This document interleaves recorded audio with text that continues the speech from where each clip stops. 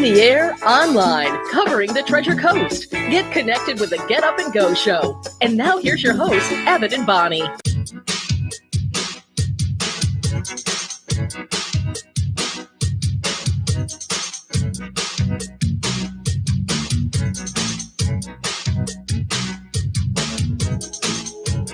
.607 on the Get Up and Go show with Evan and Bonnie, back in the saddle on a Monday after the 4th of July weekend. The neighborhood got blown up, but that's okay because we're here safe and sound. Yeah, that's all that matters. My partner, Gary, had it right on Saturday night. Things were just blowing off everywhere, and he said, It sounds like it's the revolution out there. Yeah. Found out through a friend of mine, there's a certain neighborhood in a certain city that you don't want to go into on 4th of July because they shoot fireworks at each other.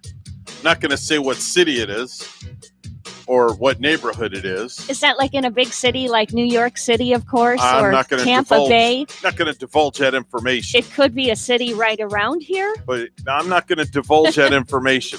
But all I know is he told me that the officers, they just don't want to go in there during 4th of July. Because it's a war zone. Well, I'm glad I stayed in my own neighborhood then. Yeah, we had fun 4th of July at my house. Gavin got some fireworks. He went to the store with his girlfriend. They bought some fireworks. They came home. They set some stuff off. And then we played a really cool card game called Cards Against Humanity. I grilled some steaks on the grill for 4th of July. Got some ribeyes, a couple of baked potatoes, some hot dogs. And we just had a nice little quaint barbecue with the four of us. And that was about the extent of the entertainment. We had the fireworks. The neighbors had fireworks. The neighbors' neighbors had fireworks. And the neighbors' neighbors' had fireworks. So it was pretty cool. And then down the street, you could see that the other neighbors had the Mac Daddy fireworks. They had the big stuff that goes way up in the air and explodes like you see on these fireworks shows 4th of July. Now, maybe they had the budget to buy that stuff, but I stuck to Gavin stuck to, the small, simple stuff. Yeah. I'm glad I didn't go out and buy any because, we were en route to a party and, a little get-together gathering where it was family and they had fireworks too outside. Mm-hmm. And then on the way there on Port St. Lucie Boulevard, I noticed, there's like a little fireworks stand, people selling fireworks. Oh, they were all over the place. Yeah, I thought that it was like a 4th of July like I haven't seen before. Yeah, especially since all the fireworks displays got canceled this year. City of West Palm Beach had 2, and they were at undisclosed locations, and they were broadcasted so people could watch them. But yeah, the fireworks stands, they made a killing this weekend because nobody could go anywhere, so everybody figured they could just blow crap up. And I didn't even need to buy any, Evan. Everybody in my own neighborhood were blowing off fireworks. I mean, I could just look down the street and there was a nice, big, beautiful display. I think there were probably a couple of residents where they bought the very expensive fireworks. And it was kind of like that, ooh, ah kind of thing. Yeah, I talked to Phil also. He's working this morning. He'll be with us Tuesday and Thursday this week. But I talked to Phil, and in his neighborhood, he said it was incredible. They were blowing stuff up left and right. Yeah.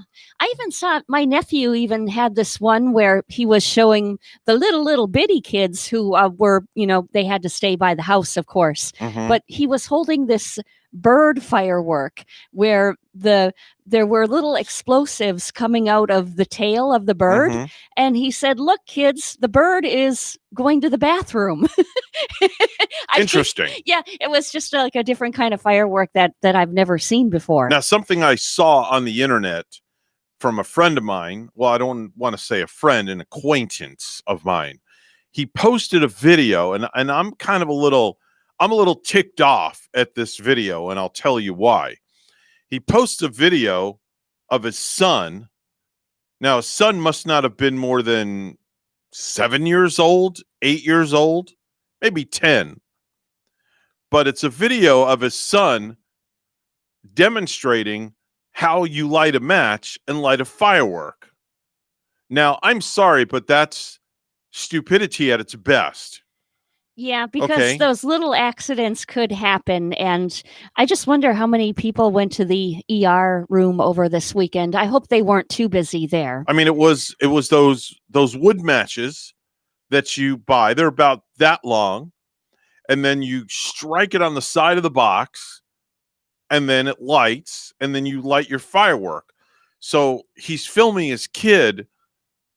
He's holding the box, and his kid goes like this, and it lights the match, and then his kid goes and lights the firework, and they all run away, so it goes off. But the fact that he's using his kid to demonstrate how to light a match, I mean, come on. Yeah, and you got to it's a little bit senseless because what might look to be okay, like seem a situation that might seem to be okay, it could go wrong in just a second, and that little 8-year-old has to grow up and go into society and work and use his hands, use his fingers, and he wants his limbs. So people have to take that into consideration. That just didn't sit right with me. Yeah. I don't know. I don't believe in getting little kids, so near explosives. I just used to use the sparklers in the backyard, which were just, they had that nice little sound, that nice little percolating sound of the fire spinning off, and they were nice and harmless. Yeah. Now, I can see you teaching your kid, but don't let your kid do it. Okay, that's dangerous. That's an accident waiting to happen as far as I'm concerned. Yeah, that's for sure. I think the closest thing to an explosive I got on Saturday anyway was death by chocolate. Oh yeah. That'll explode. That'll explode. I can tell you what it'll explode trying to be nice. That'll explode your posterior end about 3 hours later. That's right. After you eat death by chocolate. And it certainly does. Yeah. But you'll be visiting your orifice. Have you had death by chocolate before, Evan? This is I have. Okay, so my sister-in-law brought this to the party. It's a serious dessert where if you bring a dessert, it's no joke, like a pie or something, your pie is, not going to suffice. Everybody goes for that death by chocolate, right? Yeah. So you want to make sure after the meal that you grab just a little bitty bit, because if you don't eat it all and you're throwing it away, there is someone still looking. Where's the death by chocolate? Yeah, so you're wasting it. Now, speaking of pies, how was your apple pie? Oh, it's just that you received incredible on Friday. Delicious. I have to find out from my officer friend who was in here along with Brian when we taped a show on Friday. The loser of 5-second rule, may I have it? Also, Brian is the current reigning defending champion for this Friday's edition of 5-second rule with the Stewart Police Department. We'll find out who his opponent's going to be at the end of this week. That's going to be very exciting. Yeah, it's a really cool game. How was that apple pie? Did you heat it up before you served it? Did you do a little a la mode? Yeah. What did you do? Heat it up and put a little bit of whipped cream on top. Oh, okay. Yeah, so that whipped cream is melting and just slithering right down the crusty crust in those apples. Oh, man. You're making me hungry. And it's all American. Or should I say hangry? Did you eat your breakfast this morning? I did. I did not see you eat it. Oh, yeah. I slid it right in real quick. While you were out there futzing with the printer, I slid right in there in the microwave, and I'm on week 4 now, by the way. And you're doing very well, I must say. Week 4. Well, I cheated on Saturday. Well, you can. It's the 4th of July, for goodness sakes. I had a steak, had a sweet potato, had some sour cream in my sweet potato, and what did I drink? I had, I don't know what I had, but man. The Diet Snapple, maybe? Yeah, I think that's possibly what it could have been. It's early in the morning. Let's see who's brave enough to call the morning show. Good morning. You're on the air with Evan and Bonnie. Who's this? Good morning, Bonnie and Evan. Good morning. How are you doing? There he is. Hi, the Phil. Caped Crusader. That's me. What's going on? It's Phil Man. That's it. Phil Man. That's right. Like Batman, but we have Phil Man. Did you have a happy 4th, Phil? I did. I got some those military arsenal fireworks that Fredo was selling at the Winn-Dixie parking lot. Oh, that's right. Yeah, Fredo was selling some of those fireworks. Tell me how. I understand that you had a knock down, drag them out, bang them up, 4th of July celebration at the Palatial Palace. Yeah, we tried. At first, we started it, and then it rained. I'm talking about like torrential downpour rain. Okay. And nasty. And then after about an hour, 15 minutes, it stopped, and we went out there and, shot down some airplanes. And oh, no, don't like say that. Be careful how you say things like that. We had the same thing with that Jeez. rain. That rain and that thunder came in Yeah. to the Port St. Lucie area right around 6:30 when we were Yeah. starting to light them off. So it rained it on our was- parade for just a little while. That was nasty, man. I was about ready to build an ark. It was raining so much. It Yeah, was speaking just of nuts. building, you sound like you're building a house in the background. What the heck Yes, are you doing? sir.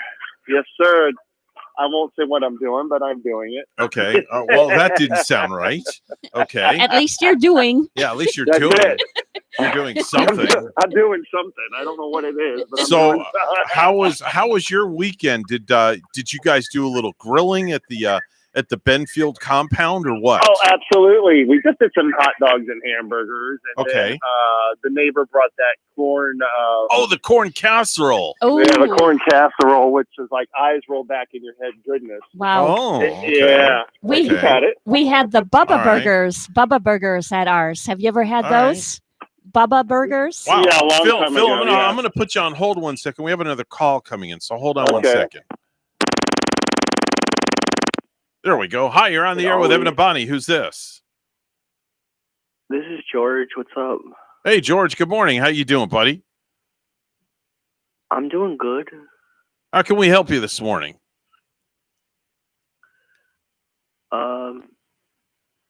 What kind of radio show is this? This is a talk radio show. Where are you calling from? What city are you in? Vegas. You're in Vegas. Wow. Okay. Yeah, you're calling the Get Up and Go show bright and early here in Stewart, Florida. We are in southern sunny Yeah, Florida. we're in South Florida, and you're in Las Vegas, so that means it's 3:00 in the morning there. Cool. Yeah. What All do you right. guys Well, talk about? oh, we talk about everything. We talk about everything, but we're up against a What about the news break. coronavirus? Sometimes we even Yeah. talk about Vegas. Yeah, Sometimes so- we have Vegas in Yeah, our travels. I had to let him go because break, and I Maybe didn't want you'll to be call rude in. to Phil. Yeah. So, Wow. you know, So that was George. he A sounded new like George. he sounded like he just woke up. Yeah, it sure did. Yeah. Well, he's in Vegas. A city of lights and probably never goes to sleep. Well, that's it. Just Yeah. Vegas never goes to sleep. That's right. So, I've never been to Vegas, so I don't know. so anyway, Phil, you're going to be coming to our Palatial Palace in 12 days for our Yeah. get together. Phil and his family are coming up. Minus are they minus coming Marcel. to the 9 household? Yes, minus Marcel. Wow. Yes. Yeah. Yeah. Marcel's not going to be able to come. I'm very so. upset that Marcel's not coming, Bonnie. I want you to know this. Well, I hope he's feeling well. It's not like he's not up to it or anything. Yeah. He's just not gonna be on this venture or Yeah. just kind of. Yeah, that's all. It's just Yeah. it's just a long trip for him. That's all. Exactly. Yeah. All right, Phil, we're going to let you go here. We got to get, we're up against a news break. Of So course. we will chat with Absolutely. you. We will definitely chat with you soon. I hope you have a great day. You too, guys. You know, Have a nice day. enjoy your next 2 weeks. That's all I'm going to say. How's that sound? Yeah, right. We'll let the cat out of the bag another time. Yeah, you got it. All right, have a great talk to day. See you later, Phil. Bye. 6:21 right now. It's news time. Let's go to the news desk where Bonnie is standing by. Good morning, Bonnie. Good morning, Evan. Florida reaches another coronavirus milestone. Cases now total more than 200,000. Another 10,000 new cases were reported yesterday. There were 29 additional fatalities, and the statewide death toll is now 3,731. Because of the coronavirus, South Florida counties kept their beaches closed over the holiday weekend, but most of the rest of the state let people fill their sandy shores. People going to beaches this July weekend gave some feeling of independence to businesses that need visitors to survive. Angela Johnson owns a restaurant in Cocoa Beach. Financially, we are so grateful we're open at this time. It obviously was a heavy hit for us to be closed. She can only operate at 50% capacity, and her staff must wear masks. The only safety rules for Cocoa Beach itself keep groups to 10 people or fewer I'm John McQuiston. The head of the FDA is holding back on saying if it's safe for Republicans to hold their national convention in Jacksonville. On CNN's State of the Union, Dr. Stephen Hahn said we'll have to see what the virus situation looks like, not only Florida, but around the country. And Florida restaurants can now earn a seal of commitment to show diners they're COVID-19 safe. Florida Restaurant and Lodging Association Vice President Jeff Lobkeman says the industry has to rebuild customers' trust. It's scary times economically, unprecedented in most of our lifetimes. But this country has lived through bigger and more pressing threats in the past, and I'm sure we'll get through this, and our industry is optimistic that it will come through. Certified restaurants will receive a symbol that guests can look for. I'm Larry Spillman. Another health scare in Florida. Officials confirming a case of a rare brain-eating amoeba. The case of Naegleria fowleri was found in the Tampa area, but no other details were given.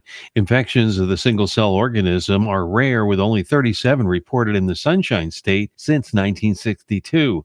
The amoeba is typically found in warm, fresh water, and infections are often deadly. Dean Muccio, NBC News Radio. And lastly, 2 young men were killed after a car crash in St. Lucie County on Saturday morning. Florida Highway Patrol says a SUV drove off Florida's Turnpike and into the grass. The SUV then went back onto the road, but hit a guardrail and overturned. Authorities say a 25-year-old man from Davie and a 35-year-old man from Silver Springs died in the crash. 3 other people in the car were injured. The crash occurred on Florida's Turnpike northbound beyond mile marker 165. All lanes were closed for hours as crews worked to rescue the 4 people.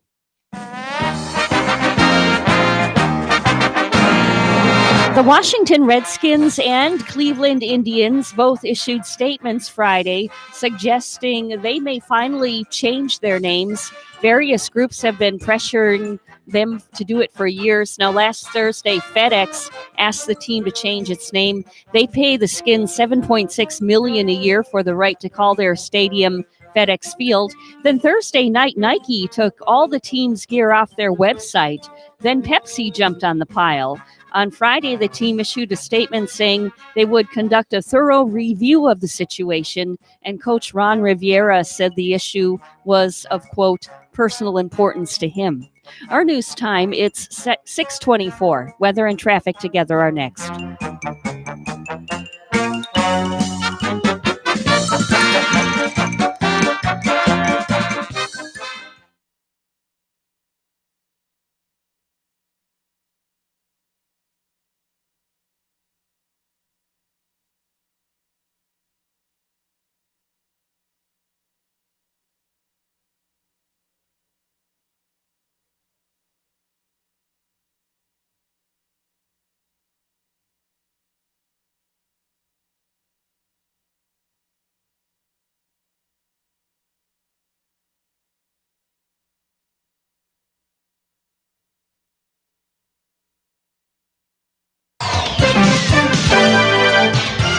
.625 on the Get Up and Go show with Evan and Bonnie. It's time for traffic and weather together, brought to you by Code Red Roofers. Bonnie? It's a good-looking Monday morning. If you're heading off to work, you got to be there by 7. You should arrive on time. It's looking good. No accidents. We're not finding any slowdowns right here. There's your latest look at traffic. And it's 75 in Stewart, in Port St. Lucie, 73. Here's our forecast at WPTV. This morning along the Treasure Coast, temperatures starting off in the mid-70s under partly cloudy skies. This afternoon, hot and humid weather with highs in the low to mid-90s and heat index values around 102 to 104 degrees. Scattered showers and storms developing this afternoon, becoming more widespread around 5, and most of the rain tapering off by 8 or 9 or so. Tuesday, the heat continues with highs climbing in the low 90s, mostly sunny through the first half of the day, then another round of showers and storms through the afternoon and evening. I'm WPTV First Alert Meteorologist Katya Hall on WSTU AM 1450, Martin County's Heritage Station.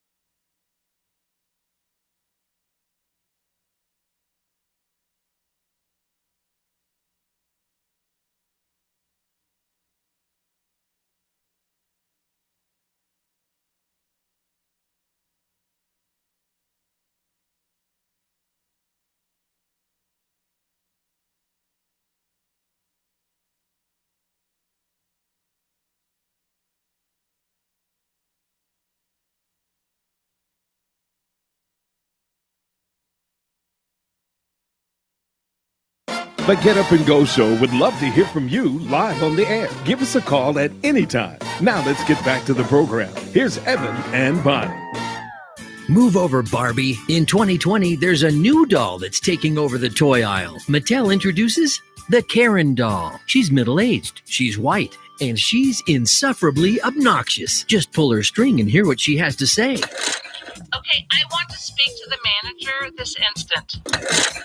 Don't touch me. I will sue you into oblivion. Oh my God, somebody call the police. I ordered tater tots, not fried. I'm going to have you fired. The Karen doll comes with short bobbed blonde haircut, acrylic nails, and Walmart soccer mom out plastic waist. SUV or minivan sold separately. Yeah, the Karen doll. So there's like a whole certain look to these Karens as well. Yeah, and exactly. They say with the short blonde hair or the short bob. And oh my goodness. Anybody can be a Karen. Yeah, I guess so. I could even dye my hair blonde, cut it short, and then maybe I would become Karen too. It'd be Evan and Karen in the morning. I don't know if I like that or not. You're probably hoping I don't start acting like a Karen. No, if you start acting like a Karen, I'm going to put a plexiglass shield up here and then just lock you in a bubble or something. Relationship as home has lasted thus long too is because I don't become a Karen with Gary. Yeah, I agree. I agree with you. I'm afraid to answer the phone. Yeah. But I guess I kind of have to do my duty here and just kind of roll the dice. I'll do it in queue so this way it doesn't go out on the air. Hello, you're on the air.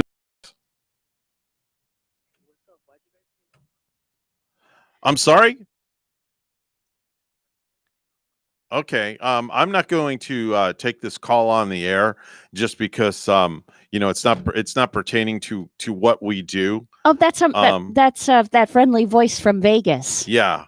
And I just don't want to take a chance. You sure? I mean, I don't. We could find out about what's happening in Vegas and whatnot. I don't know.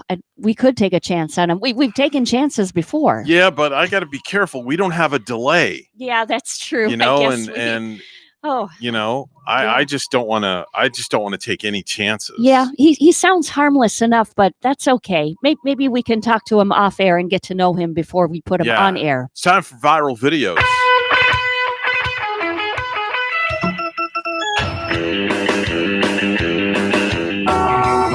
Yeah, we scour the internet and we find some of the most viral videos that are out there. And there's one of a little boy who loves bread so much that he constantly hugs it and he doesn't let it go. Yeah, he's hugging that nice soft bread. I wonder if it's Wonder Bread. I'm not sure what it is. Wonder Bread, it's just so cuddly soft, I want to play the video that the mom posted of the little boy hugging the bread. Let's listen in. Why do you have a whole loaf of bread? He's not answering. He's just. Do you need all of that? He's like holding an entire loaf of bread. This cute little boy. Why do you have so much bread? Couldn't you just have one piece? I mean, he's just like. Those slices of bread are bigger than the little boy's head, aren't they? I know, right? They're Can I have some of it? They remind me of those huge. Can I have some cookies? Those big cookies at Ellie's Deli. The cookies that are bigger than your head. Exactly. There's another viral video that the phones are blowing up. Yeah, I mean, people I think are just still, coming off that 4th of July weekend, and they just don't want to go to sleep. Or they, they're still in that party spirit, I think. A violinist. Okay, so here's the thing. See, what's happening now is this person is calling both our phone lines. Oh. And I guess they're doing whatever and they're playing a game with us. Oh, maybe. Okay. Yeah, they're playing a game with us. Maybe they really need someone to talk to, but like if you really need, I don't want to. If you really need that, you can call 211. Yeah, or depending on where they are. Yeah. Yeah, depending on where they are. Yeah, I just don't want to. I don't want to play the game. I don't want to put the call on the air or anything like that. I don't want to take a chance. Okay.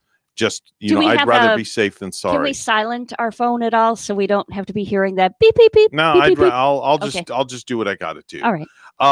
If you're still in a patriotic mood, a woman in Illinois posted a video of herself playing the national anthem on her violin, and her Boston Terrier is with her howling along. Let's love listen that. in. How's that one?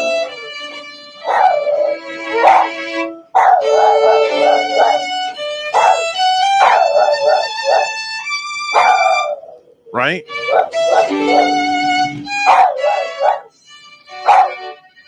Is that cute and adorable or what? That is. And Right? she's a pretty lady too, and so talented playing that violin. Yeah. A little terrier loving it. There's Oh. there's another video, a competitive eater who goes by the name of Katrina Eats Kilos has gone viral after eating a 72-ounce steak. Now, she did it all at the Big Texan Steak Ranch in Amarillo, Texas, is what she did. Okay, I'm just going to lower this. Let me figure out how to lower. Trying to do a show here. Yeah. I mean, really. Oh, well, you know what? I'm not going to worry about it. I'm not. Okay. Wow, that's really loud. So this lady she had to eat a 72-ounce steak. 72-ounce steak. Yeah, she did it at the Big Texan Steak Ranch in Amarillo, Texas, and you get the whole meal free if you can do it in under an hour. Now, this reminds me of the movie The Great Outdoors with John Candy. Yeah, In that movie, he was at a restaurant and he had to eat the 96er. right. She had to polish off the steak, plus a baked potato, a side salad, roll, and some shrimp, and she did it in 40 minutes and 35 seconds. She Amazing. says it was for the experience and not to set a record. Let's listen in. We have Katina all the way from Spokane Valley, Washington, attempting our 72-ounce steak challenge. Let's give her a round of applause and cheer her on.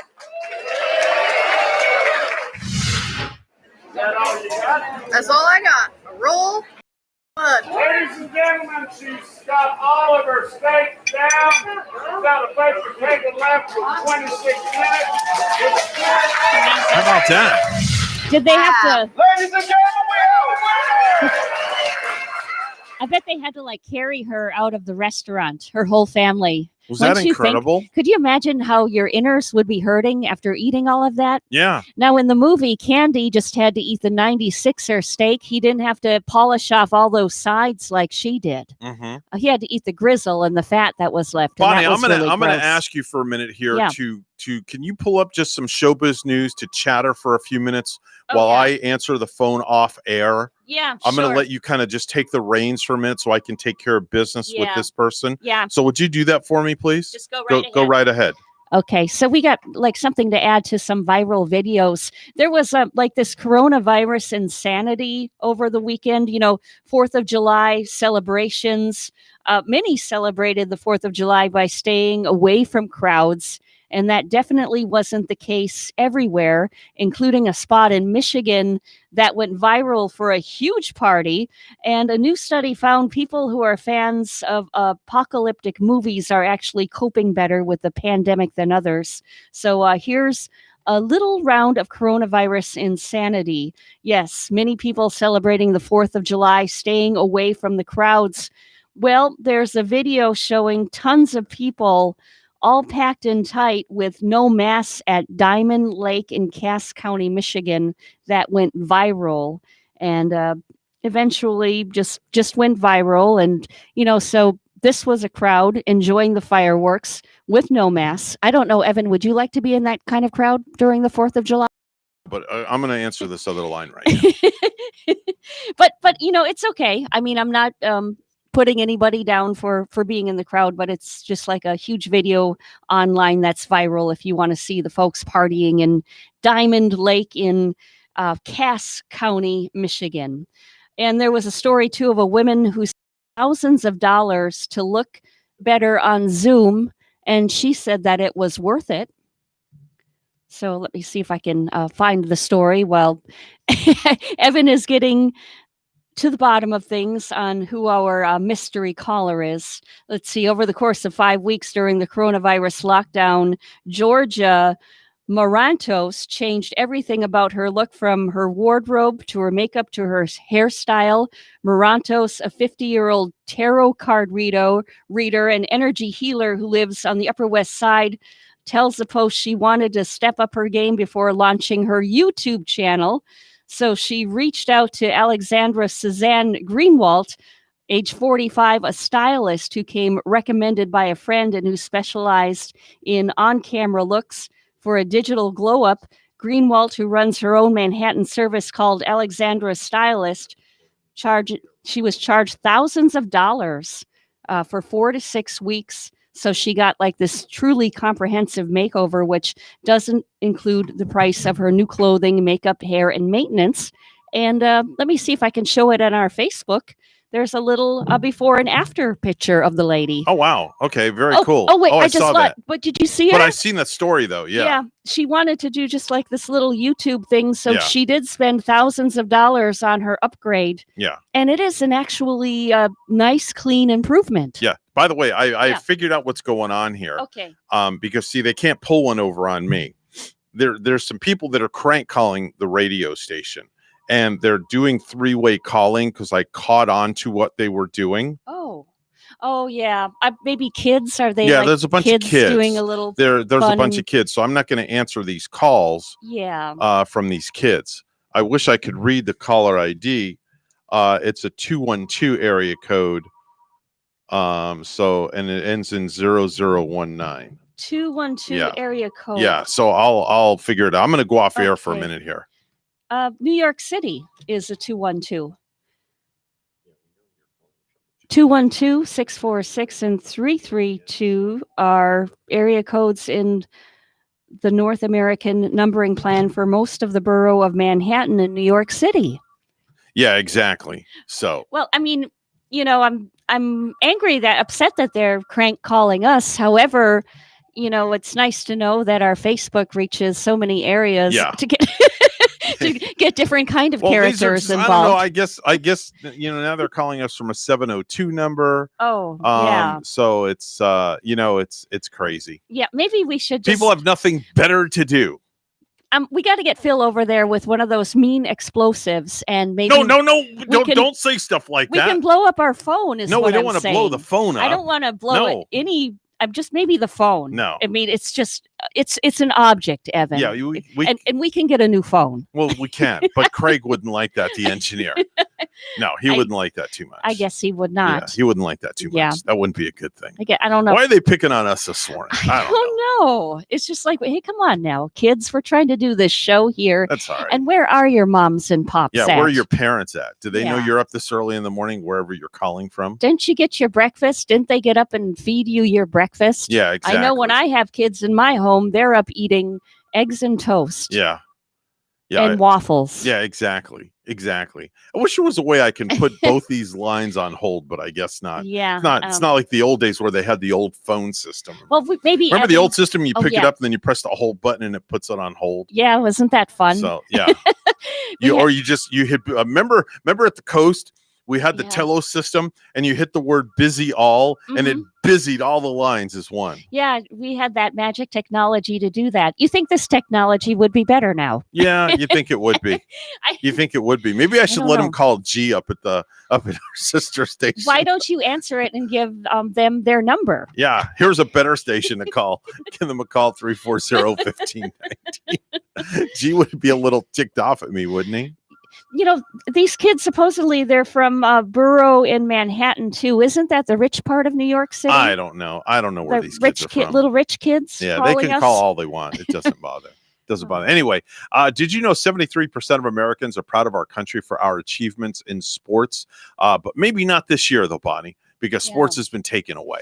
Yeah, taken away for a little while. Yeah. And I'm hoping that the NFL comes back in a heavy way. We want to do the NFL Pick'em League again this year. Mhm. And just looking forward to that once again. Did you also know that according to Weight Watchers, the average person gains 7 pounds per year by taste testing things? Oh, The yeah. average Yeah. person gains 7 pounds a year by taste testing. I did that yesterday. I Yeah. mean, because I ordered pizzas at my other workplace. I Mhm. bought pizza for everyone. Did you really? Yep. So Okay. I bought 4 mediums, and I had Okay. to taste test each and every one of them. All right. You know, one was sausage, pepperoni, the pineapple, and ham, and all cheese. And, Wow. you just had to try them all. Okay. The more, did you know that the more money you make, the less likely it is you've gone bowling in the last year?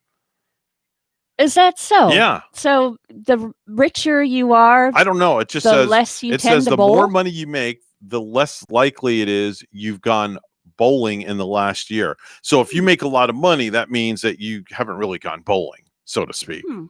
Yeah. I don't know why Yeah. that would be. Did you know, according to USA Today, men are better than women at sweating and they don't even realize it? They're better than women at it? Yes. Yes. Do they have a secret? I don't know. That's a deodorant, right?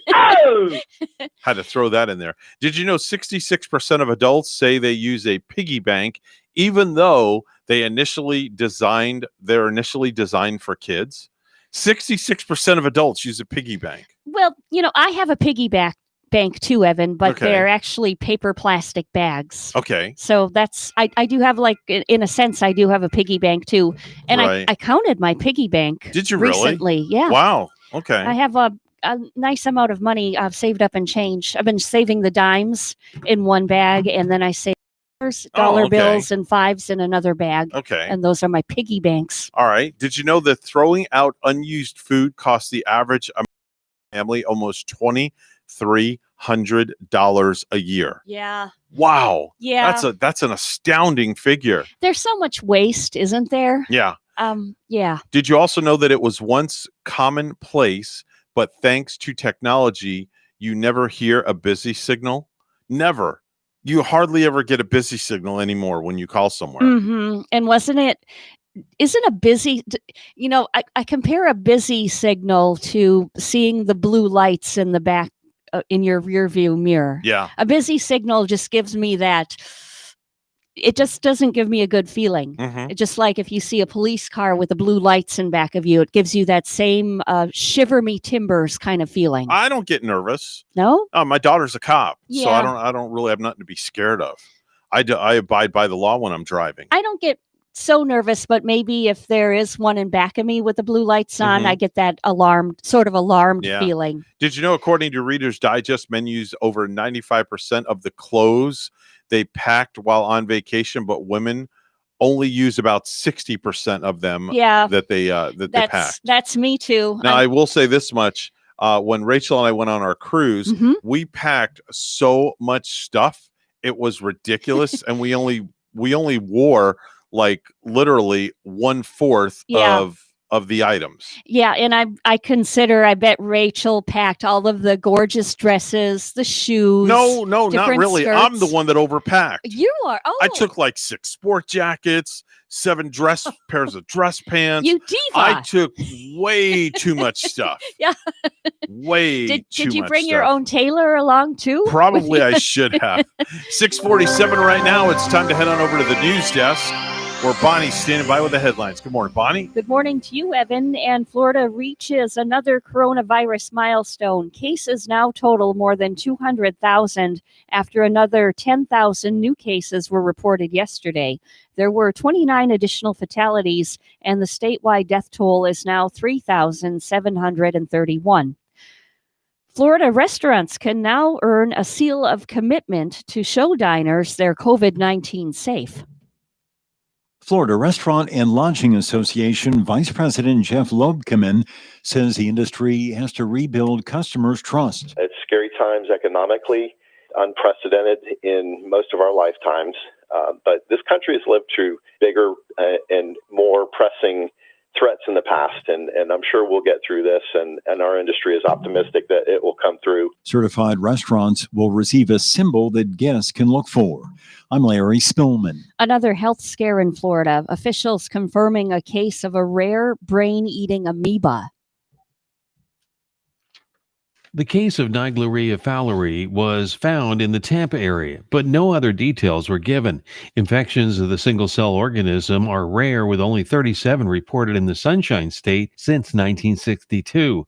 The amoeba is typically found in warm, fresh water, and infections are often deadly. Dean Muccio, NBC News Radio. Police are asking the public's help in locating a missing, endangered Port St. Lucie couple. Paul and Yvonne Voigt, both age 89, were last seen in Port St. Lucie on July 2nd at 3:30 a.m. According to Port St. Lucie police, the couple left in their 2008 Honda Ridgeline pickup with Florida tag POT E96.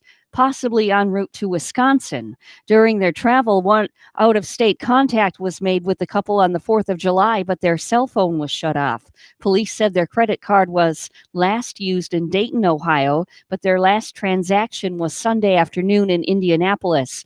The Voigts suffer from cognitive impairment, and Yvonne is dependent on numerous medications. And according it appears the couple is driving aimlessly in the three-state area of Kentucky, Ohio, and Indiana.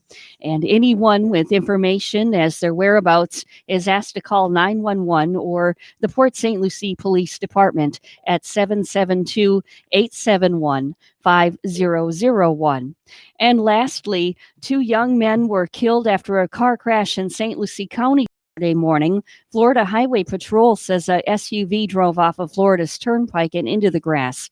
The SUV then went back onto the road, but hit a guardrail and overturned. Authorities say a 25-year-old man from Davie and a 35-year-old man from Silver Springs died in the crash. 3 other people in the car were injured, and the crash occurred on Florida's Turnpike northbound beyond mile marker 165. All lanes were closed for hours as crews worked to rescue the 4 people.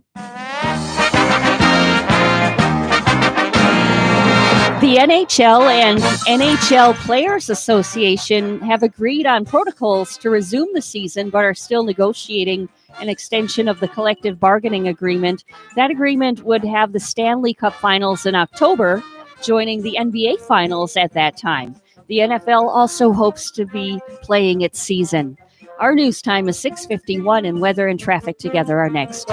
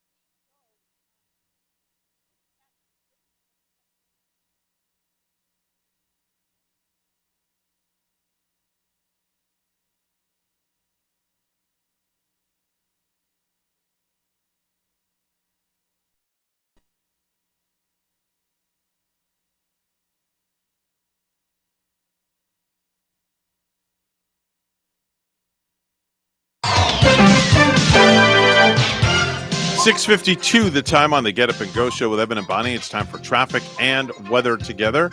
It's all brought to you by Code Red Roofers. Bonnie? Well, we're not finding any accidents. It's quiet on our roadways for Stewart and for Port St. Lucie, the Hope Sound area. Everything looking good traffic-wise. There's your latest look at traffic.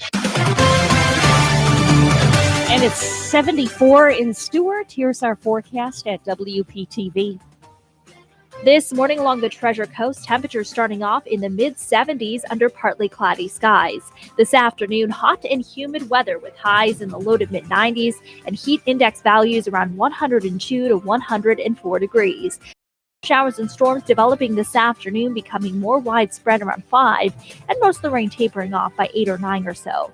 Tuesday, the heat continues with highs climbing in the low 90s, mostly sunny through the first half of the day, then another round of showers and storms through the afternoon and evening. I'm WPTV First Alert Meteorologist Katya Hall on WSTU AM 1450, Martin County's Heritage Station.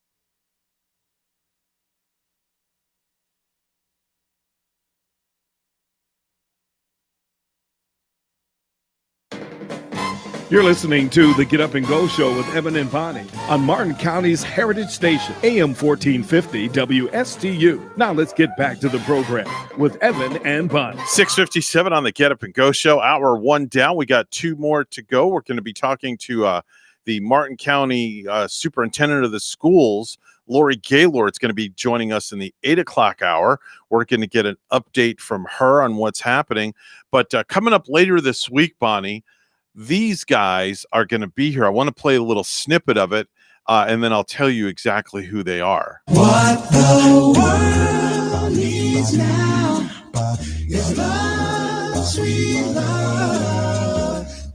It's the only thing. Yeah, that's all I'm gonna play for you. They recently did a video of the national anthem. Mm-hmm. They recorded it for July 4th, and the video has gone viral. And I was so impressed with what they did that I had to reach out to them. And they called me yesterday.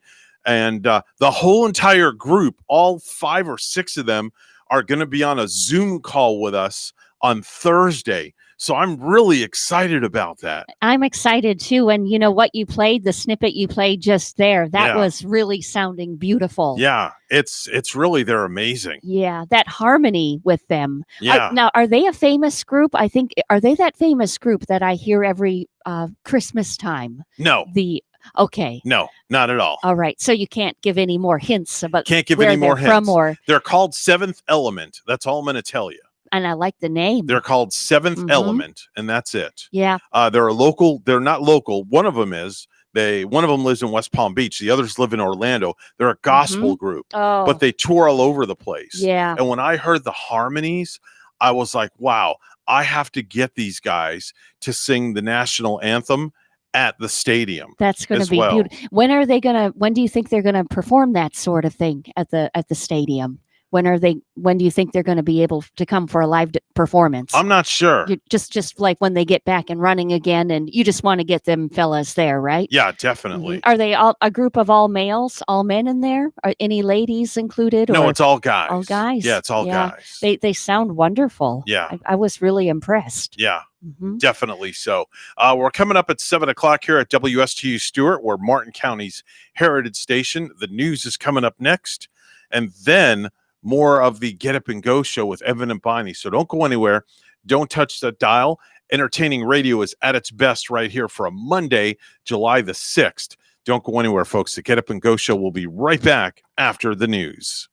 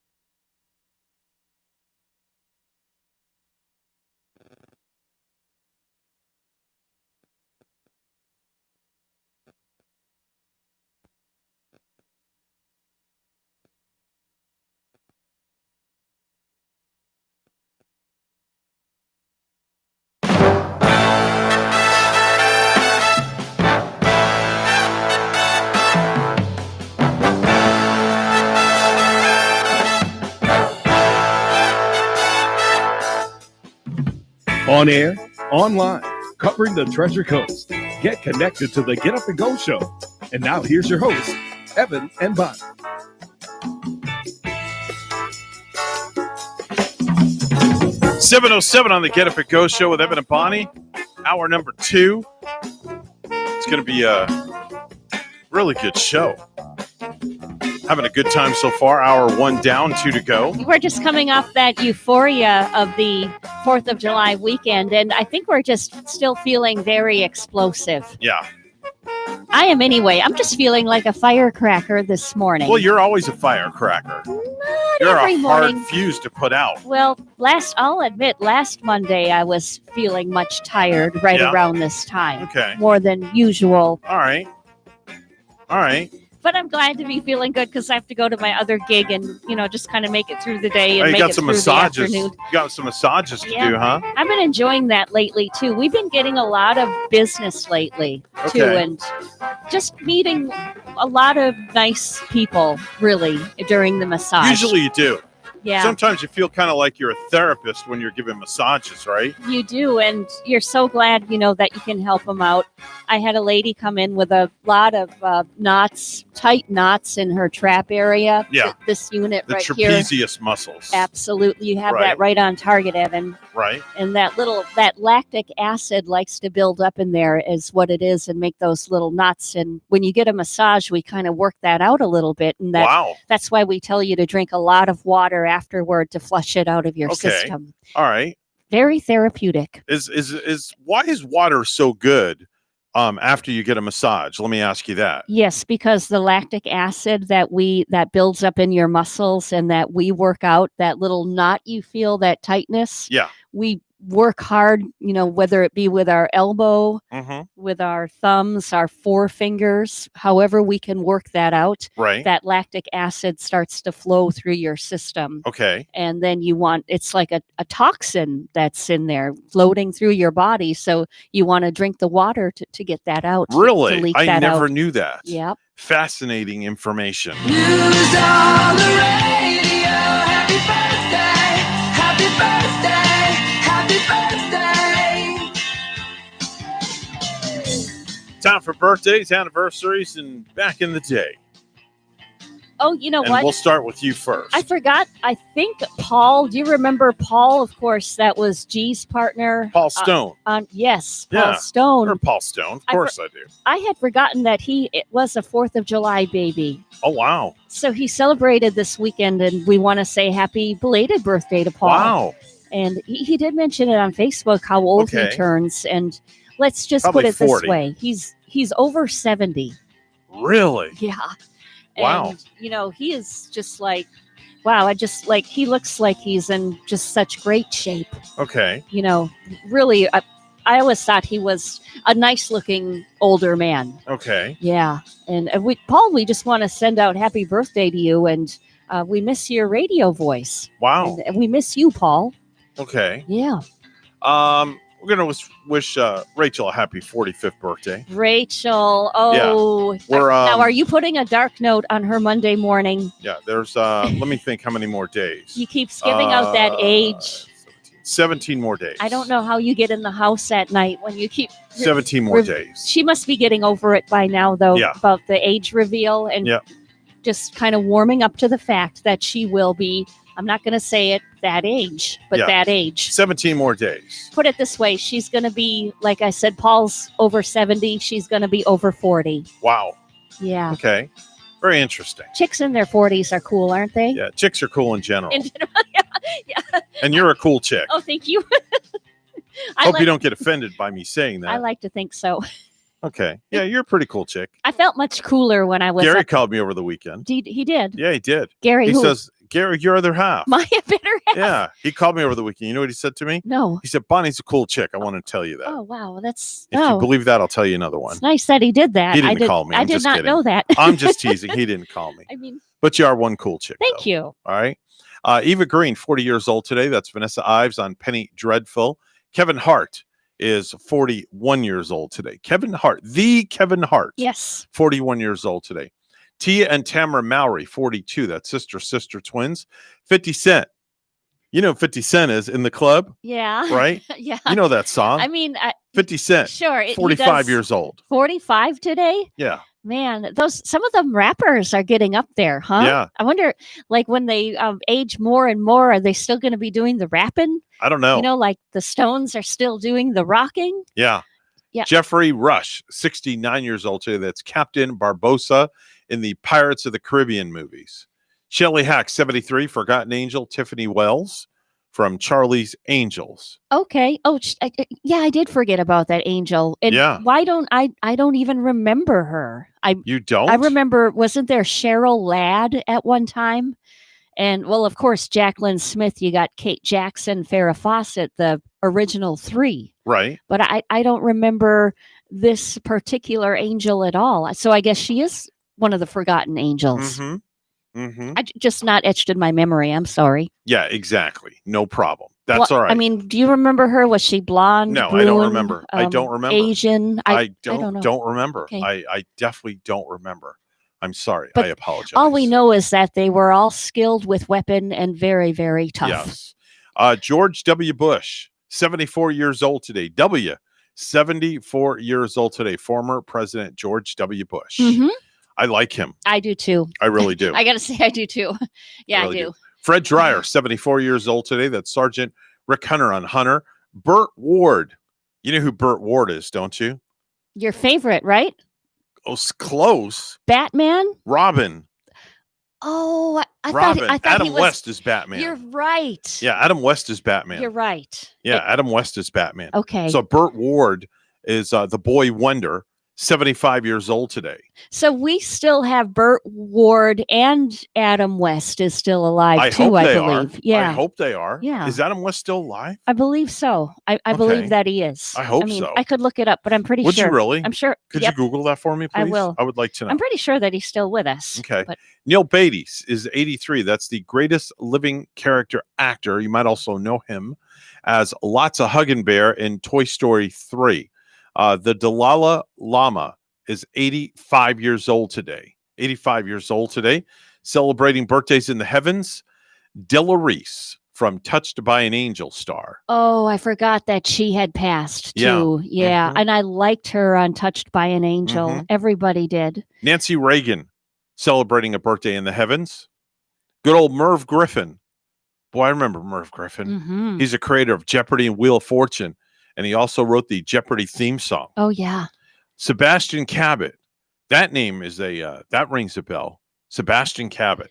That doesn't ring a bell to me, though. Sword in the Stone narrator. Oh, Winnie okay. the Pooh narrator, and the voice of Bagheera, the panther in the classic 67 animated version of The Jungle Book. Oh, he does all that? Yes, and it was also the butler, Mr. French, Oh, yeah. on Family Affair. Oh, I wonder. Sebastian Cabot. I wonder if he knows our butler, Bentley. I don't know. I wonder if two of them have gotten together before. I don't know. Oh, you know what? I was mistaken about Adam West. He passed? He did pass Okay. in June 9 of 2017. Wow. Yeah. Okay. And finally, celebrating a birthday in the heavens is Janet Leigh. That's Jamie Lee Curtis' mom, most famous for the shower scene in Psycho. Yeah. Can you imagine that, like, Jamie Lee Curtis became the Scream Queen from Halloween? Oh, you're a poet and you don't even know it. The Scream Queen from Halloween. And then, like, her own mother was the original Scream Queen of her time, and Yeah. in that famous shower scene from Psycho. Yeah. Yeah. Exactly. Wow. Did you see any of the Halloween movies, Evan? No, I didn't. I did go to watch the no, I don't know if I even saw the very last one that they made. They made the one in, I think, like 2017, where I think I did go to see Jamie Lee Curtis in that one at the movie theater. And then I think they still even came out with another one. Mm, But through the movies, she's always fighting Jason. really? No, not Jason, Michael Myers. She's wow. always terrified of Michael Myers, you know, her brother. Her brother Okay. that keeps getting released from the insane asylum somehow. I remember that. Yep. I definitely remember that. Without a doubt. Yeah. Today is International Kissing Day, Bonnie. International Kissing Day. International. I wonder, like, if we can partake in it only with your significant. I Yes, guess. only with the significant other. Got to keep it in the family. Only with the significant other. Yeah. Do not partake. Do not make an attempt to kiss me, please. No. Okay, especially with Corona. Definitely. And only if it's appropriate for International Kissing Day are you to kiss somebody, because we don't want you to kiss the wrong person. Can you kiss that person with a mask? If mask to mask? You know, If I you're don't know that. If you're kissing? I'm not sure. Yeah. Couldn't tell you. We were, I just brought up Halloween. Can you imagine of this Halloween, just how insane things are going to get with the masks and people wearing masks? Mhm. I'm already starting to see that on social media. Are you? where, like, everybody wearing the masks on Halloween now. It's like, that's just going to get like hideous, man. Wow. Today is also National Fried Chicken Day. Sonic, I think. National Fried Chicken Day. I think today. Sonic is coming out with a new interesting kind of little chicken sandwich that I saw it advertised on TV. It looked delicious. Yeah. Are you gonna go No. get any chicken Still today? Still on a diet. Speaking of hideous and diet, the most hideous thing I think I saw not too long ago was a chicken wedged between donuts. So What? it was a donut chicken sandwich. Oh, I've seen that before. Yeah. It looks delish. It looks delicious, but can you imagine It does. how fattening that would be? We have 60 days until Labor Day weekend, 80 days until what's called Morning Show Boot Camp. Hmm. Morning Show Boot Camp. You ever heard of those? I have heard of it. So where you go out of town to this boot camp for morning shows? Oh, yeah. I've never partaked in one of those, and I was thinking about maybe doing it this year. Yeah, I think Greg had been telling me about somebody who attended that. And I think that person came back from the boot camp quite knowledgeable and, with some new skills and, just something that they could add to their morning show. I don't know. I think I'm beyond repair when it comes to things like that.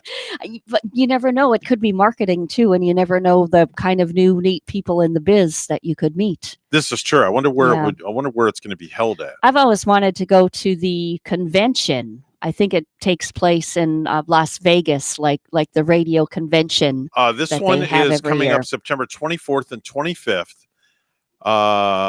Morning Show Boot Camp 32 coming up September 24, 25 at the Swissôtel in Chicago. Oh, Chicago. This It's one. in Chicago. Okay. Hmm. That might be something I'm interested in going. Yeah. And when you go there, make sure you go to the Sheds Aquarium, which is really cool. The Sheds Aquarium. Yep. Shed Aquarium and the Field Museum. Okay. They're just spectacular. So I should go check those things out. Yeah. Is what you're saying. Yeah. If you need anything extra and special to do when you go. Okay. That'll give me something to do. You think you're going to do it? I might. I don't know. It Yeah. depends. It would be kind of a It cool depends. thing. Everything depends right now with travel. You know. I mean, if I don't fly, maybe I drive to Chicago. Yeah, I've thought of that too. I Seriously. wonder how long it would take to drive. To drive to Chicago, it would take you. We did it one year. We drove straight through all through the night, Mm-hmm. and it took 22 hours. No, okay. And I want to say, we went to Kenosha, which is Mhm. maybe 30 to 45 minutes north of Chicago. Okay. So I want to say by the time we hit my aunt's house in Kenosha, we were on 22 hours Oh, there. wow. So 21, 22, give or take, Okay. if you do a straight drive at it. All right. 7:20 right now. It's news time. Let's go to the news desk where Bonnie's standing by with the headlines. Good morning, Bonnie. Good morning to you, Evan. And Florida reaches another coronavirus milestone. Cases now total more than 200,000 after another 10,000 new cases were reported yesterday. There were 29 additional fatalities, and the statewide death toll is now 3,731. Because of the coronavirus, South Florida counties kept their beaches closed over the holiday weekend, but most of the rest of the state let people fill their sandy shores. People going to beaches this July 4th weekend gave some feeling of independence to businesses that need visitors to survive. Angela Johnson owns a restaurant in Cocoa Beach. Financially, we are so grateful we're open at this time. It obviously was a heavy hit for us to be closed. She can only operate at 50% capacity, and her staff must wear masks. The only safety rules for Cocoa Beach itself keep groups to 10 people or fewer. I'm John McQuiston. Police are asking the public's help in locating a missing, endangered Port St. Lucie couple. Paul and Yvonne Voigt, both 89, were last seen in Port St. Lucie on July 2nd at 3:30 a.m. According to Port St. Lucie police, the couple left their 2008 Honda Ridgeline pickup with Florida tag POT-E96, possibly en route to Wisconsin. During their travel out of state, contact was made with the couple on the 4th of July, but their cell phone was shut off. Police said their credit card was last used in Dayton, Ohio, but their last transaction was Sunday afternoon in Indianapolis. The Voights suffer from cognitive impairment, and Yvonne is dependent on numerous medications. According to police, it appears the couple is driving aimlessly in the three-state area of Kentucky, Ohio, and Indiana. And anyone with information as to their whereabouts is asked to call the Port St. Lucie Police Department at 772-871-5001. Florida restaurants can now earn a seal of commitment to show diners they're COVID-19 safe. Florida Restaurant and Lodging Association Vice President Jeff Lobkeman says the industry has to rebuild customers' trust. It's scary times economically, unprecedented in most of our lifetimes. But this country has lived through bigger and more pressing threats in the past, and I'm sure we'll get through this, and our industry is optimistic that it will come through. Certified restaurants will receive a symbol that guests can look for. I'm Larry Spillman. Another health scare in Florida, officials confirming a case of a rare brain-eating amoeba. The case of Naegleria fowleri was found in the Tampa area, but no other details were given. Infections of the single-cell organism are rare, with only 37 reported in the Sunshine State since 1962. The amoeba is typically found in warm, fresh water, and infections are often deadly. Dean Muccio, NBC News Radio. And lastly, Tropical Storm Edward has formed over the far North Atlantic, but the storm poses no immediate threat to land. The U.S. National Hurricane Center in Miami says Edward has topped sustained winds of 40 miles per hour with higher gusts. It was located late Sunday night, about 685 miles southwest of Cape Race, Newfoundland, Canada.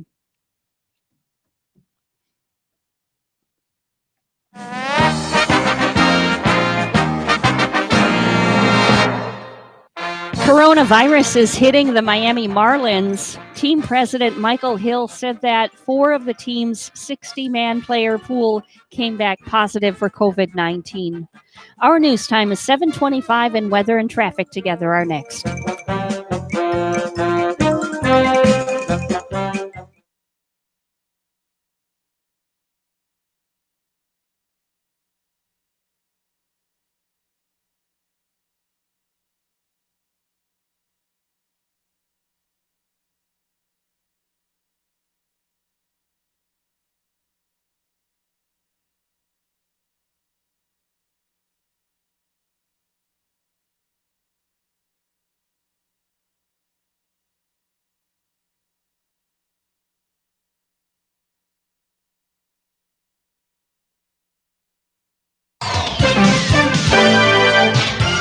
$7:26 the time on the Get Up and Go show with Evan and Bonnie. It's time for traffic and weather together.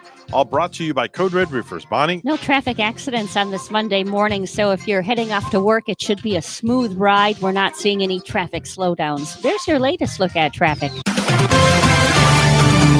It's a clear sky in Stewart, 75, and here's our forecast at WPTV. This morning along the Treasure Coast, temperatures starting off in the mid-70s under partly cloudy skies. This afternoon, hot and humid weather with highs in the low to mid-90s and heat index values around 102 to 104 degrees. Scattered showers and storms developing this afternoon, becoming more widespread around 5, and most of the rain tapering off by 8 or 9 or so. Tuesday, the heat continues with highs climbing in the low 90s, mostly sunny through the first half of the day, then another round of showers and storms through the afternoon and evening. I'm WPTV First Alert Meteorologist Katya Hall on WSTU AM 1450, Martin County's Heritage Station.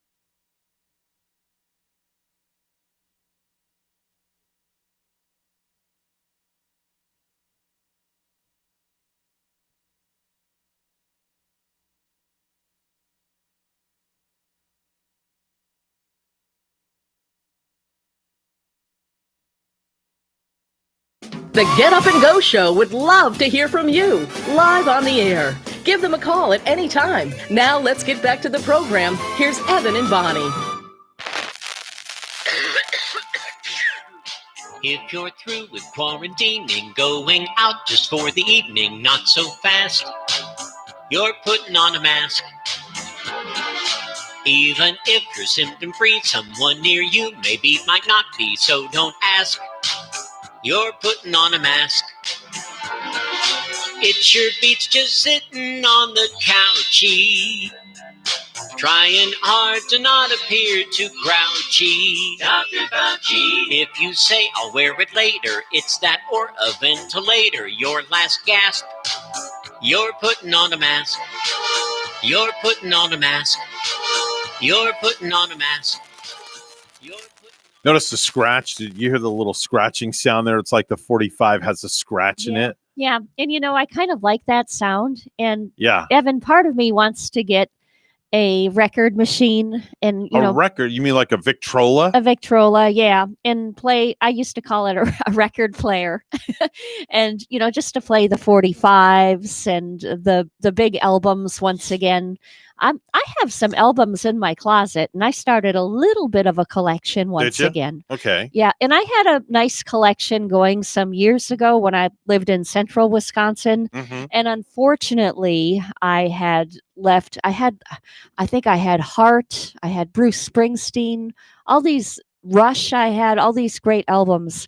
I left them in my car overnight and somebody stole them. Oh, no. Yeah. And That's not good. I know if Sheriff Snyder is listening right now, he's like shaking his head saying, "Oh, Bonnie, you're not supposed to leave those car doors Yeah, we're open going to have a overnight." conversation with the sheriff Yeah. tomorrow to find out all the stuff that's going on, too. Yeah. He's a regular fixture of this program. I hope to hear that everything, if he has more news and knowledge, I just hope to hear that everybody was safe in the Stewart area. I'm sure they were. During the holiday I'm weekend. sure they were. I'm sure they Yeah. were. The beaches were closed, so everybody definitely was safe. They weren't doing nothing stupid. And speaking of stupid, it's time for stupid news. Now it's time for Stupid News, It's so stupid and awesome. where we ask the important questions. Are some people too stupid to live? Why are people so stupid? Are you effing stupid? Well, I had all weekend to scour the globe, Bonnie. Boy, did I find some stupid news. People doing stupid things in stupid places. Now, I'm going to preface this first. I'm not picking on you, okay, or where you come from. It just so happens that this past Saturday at 2:20 in the morning, a 59-year-old guy named Joseph Gay from Madison, Wisconsin, was driving drunk. Now, Madison, is that anywhere near you? I lived in Madison for 5 years. It's capital city of Wisconsin. Okay. It has a 250,000 people as their population. Okay, well, It's a big city. the guy got into a crash I hope he wasn't on the belt line. when he crossed the center line and hit a guy going the other direction. Oh, gee. Yeah. That guy was a 28-year-old named James Wilkins from Beaver Dam, Wisconsin. Do you know where that is? I've been to Beaver Dam Okay. many, many times, yes. Well, it turns out the other guy was also driving drunk. Oh, jeepers. So the cops found out about both drunk drivers thanks to them crashing into each other. Wow. When the cops got there, James stayed put, but Joseph went running into the woods. Police dogs quickly caught up with him. James was arrested for his first DUI. Joseph was arrested for his sixth DUI. So that's probably why he tried to make a run for it. I'm sure. I'm sure that's why he did too. Yeah. Note to self, don't drive drunk. Absolutely. Keep everybody safe. I want to apologize ahead of time.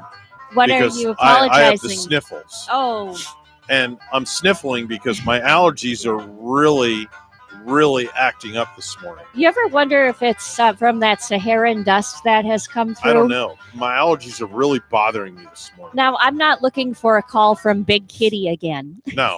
But- Well, they can't call. Oh, that's right. But anyway, my Hansi has been sneezing too lately, and I've never seen a cat sneeze so much Yeah. and so often. Exactly. And it's my kitty, and he sneezes a lot, and I'm wondering if it has anything to do with this dust wave that has I don't come know. over. I couldn't tell you. Yeah. A disturbed violent male who entered the water at a suburban Kentucky lake earlier this morning. That happened this morning. Was eventually detained by police after he was scared out of the lake by a large fish. Wow. A large fish. It was reported that a man had entered the lake to evade the police and to evade from being arrested. A large fish going about its daily business startled the wanted individual, who soon left the water of his own accord and into the arms of waiting cops. He might have met the Loch Ness Monster out there. I don't know. Yeah, there are some really big fish out there. I mean, there are, and so many species that I'm not even aware of. Yeah. Yeah. How about that one? Yeah. I saw this episode with Anthony Bourdain one time Mhm. where they were out in Brazil and they were out on the Amazon, and they built a barge like on the Amazon River because they wanted, to see what kind of monstrous fish would come through. Right. And they waited for hours upon hours. Anthony said it was like one of the most boring times on his ventures. Uh-huh. But finally, these huge fish just came tearing through the water, Evan. And Really? I watched it. The fish, the waves that they make, it looked like they were two monster jet skis, plowing through. Hmm. And then they actually caught the fish and got them into the boat, and they were just some huge, huge swamp monsters. Really? Like big fish like you've never seen before. Wow. Yeah. So you never know what's lurking in those waters, right? Okay. That's pretty interesting. Yeah. Yeah. A pretty interesting stat. It just makes me never want to step foot in the Amazon with my little feetsies or anything either. A brawl broke out inside the Salt Grass Steakhouse in Little Rock, Arkansas, as customers argued over social distancing guidelines. Witnesses say it all started after a woman wearing a mask told other customers that were sitting too close to her. An employee stated in a police report that the woman purposely coughed on the customers after telling them they were too close. Now, video footage from the fight shows the woman telling the group, quote, "You're supposed to be 6 feet away from me," before the fight broke out. A total of 10 people got involved in the melee, and witnesses said the woman's boyfriend even hit someone with a glass bottle. One witness by the name of Seth Cruz told reporters that the situation could have been avoided, noting, quote, I think if just someone is telling you to stay away from them, you probably shouldn't get near them. And maybe if you don't want to get coronavirus, don't go to a restaurant. No charges were filed, but the incident highlights an issue of regulating social distancing in restaurants. Mm-hmm. Yeah. People just have to look at, what they're creating. If, they have to stay away from people, and respect them if they want their space. I think the sound of that bottle breaking too over someone's head, like you mentioned, just think somebody could have gotten glass in their eye. Somebody could have lost their eyesight. There could have been a huge lawsuit. I feel like, Evan, I really just feel like people really have to settle down. Yeah. Yeah. They need to calm down. Yeah. Bonnie, there was an ad over the weekend I stumbled upon on Craigslist. Okay, here's the way the ad read. I'm looking for a female toy breed puppy looking to trade a 1996 Land Rover Discovery. Runs and drives, 134,000 miles, needs some minor fixes, but it doesn't affect drivability. Guy's looking to trade a car for a dog. For a dog. Yeah. Yeah. And what kind of, was it like a rare dog? What kind of puppy was that? Just says a female toy breed puppy. Female toy breed. Yes. And willing to trade a car for it.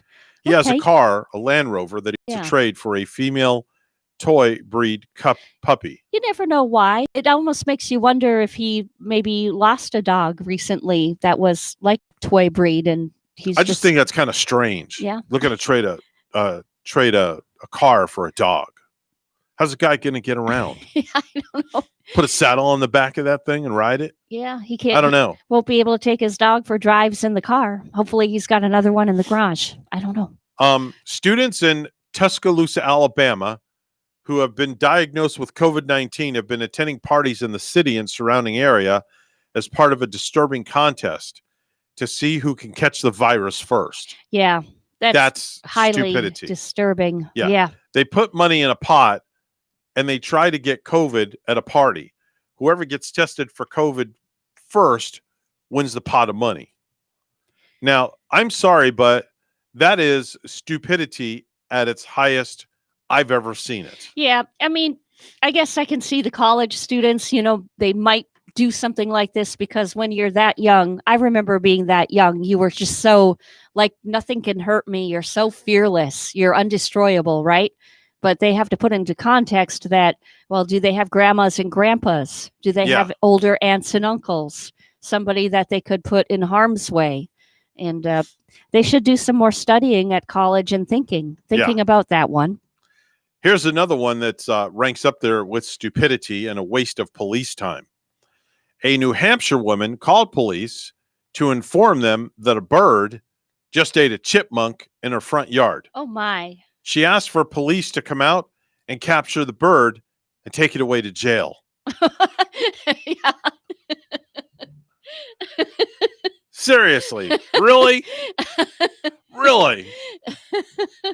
Take the bird to jail?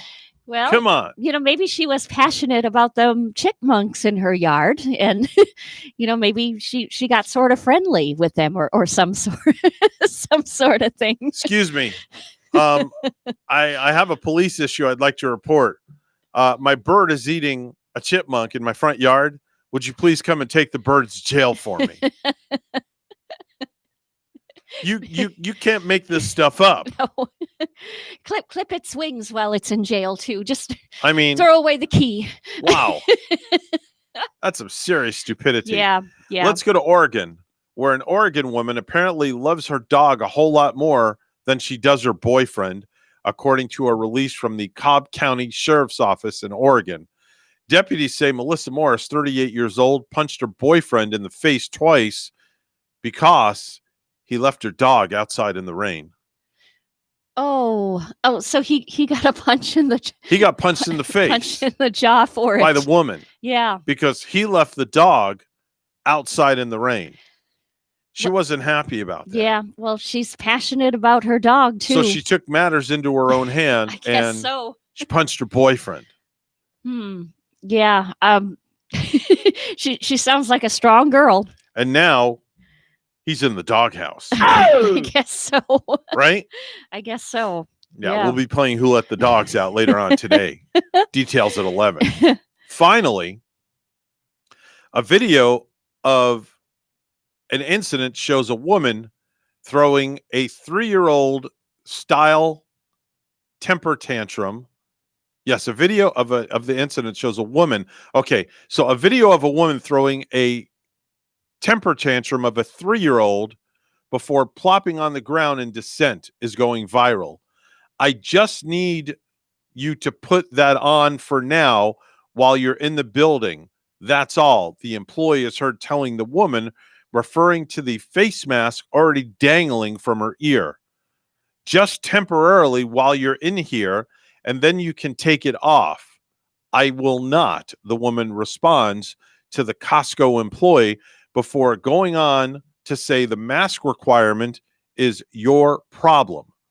Well, police were called and she still refused and was arrested for trespassing. Yeah, I think Costco is one of the groups that does making the mask mandatory before you enter their business. Yeah. Yeah. I ran into a business or two over the last few days where, right on the door, it will say masks are mandatory, and then I think you should just really respect that business and I don't that have a business problem. owner. I don't either. I don't have a problem at all. Yeah.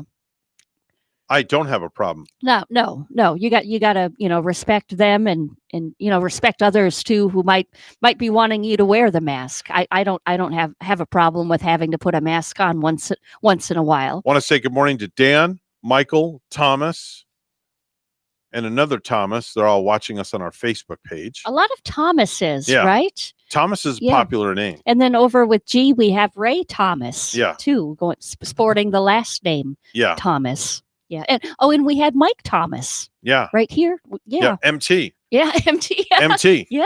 MT in the morning, who is going to be a dad. Yeah. Congratulations. Yeah. Yeah. I wonder if he's up this early. I saw that on Facebook. He and his wife were on that Facebook photo. They were outside in their porch and They did the gender reveal. they're just like going, yoo-hoo. I saw his. Are they having a boy or a girl? I don't remember. I don't remember. I didn't see. I didn't hear the gender reveal, so I can't say one or Okay. another. But I'll have I'm to find sure his it's going to Facebook be a boy page. or a girl. Well, I would hope so. Unless they're having twins. Oh, you never know, right? I got see that happened to me. I got 2 for 1. I got 1 boy and 1 girl. Did you know? Yeah. Did you and was it you and Rachel? No, Ra- no. you and- God, no. Please don't. No, don't What? even say Rachel having twins. Okay, but you, God, no. you and your lady at the time. My ex-wife. Were you aware that you were having twins before time, so you got to get ready for it and buy everything double? We knew we were having twins, Yeah. but I don't think, from what I remember, we knew that we were having a boy and a girl. Yeah. I think. I don't remember. It's that's been gotta so be- long ago. I mean, my twins are 20 years old now. That's got to be really You're hard. really asking me to rack my brain here. Mhm.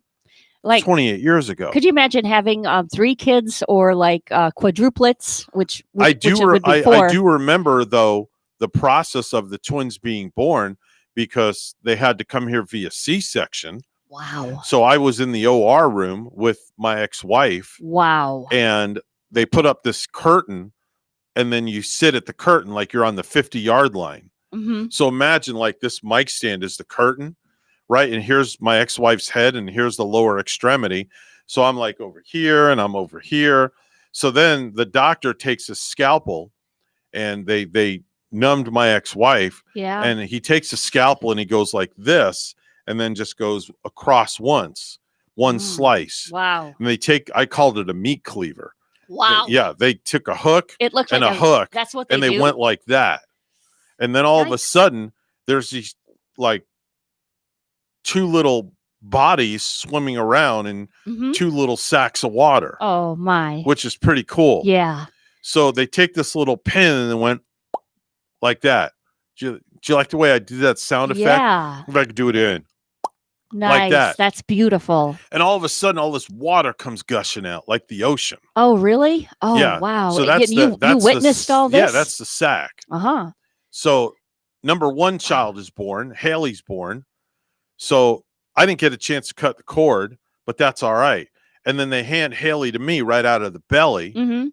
And I go running out of the OR room, leaving Dylan behind, still in my ex-wife's stomach. So that child And that, I got doctors running down the hallway Yeah. chasing me. so that child that comes out first, is that child apt to getting a whole big splash in their face with No. more, No. more things coming out? No, so they I- come chase me down, and Yeah. I bring Haley back, and then Dylan is born, Oh, amazing. and then Yeah. that's how the twins were born. So the girl came first, Yeah, and then the boy. Dylan always says that I let my twin out because I'm a gentleman. I let her out first. I love that.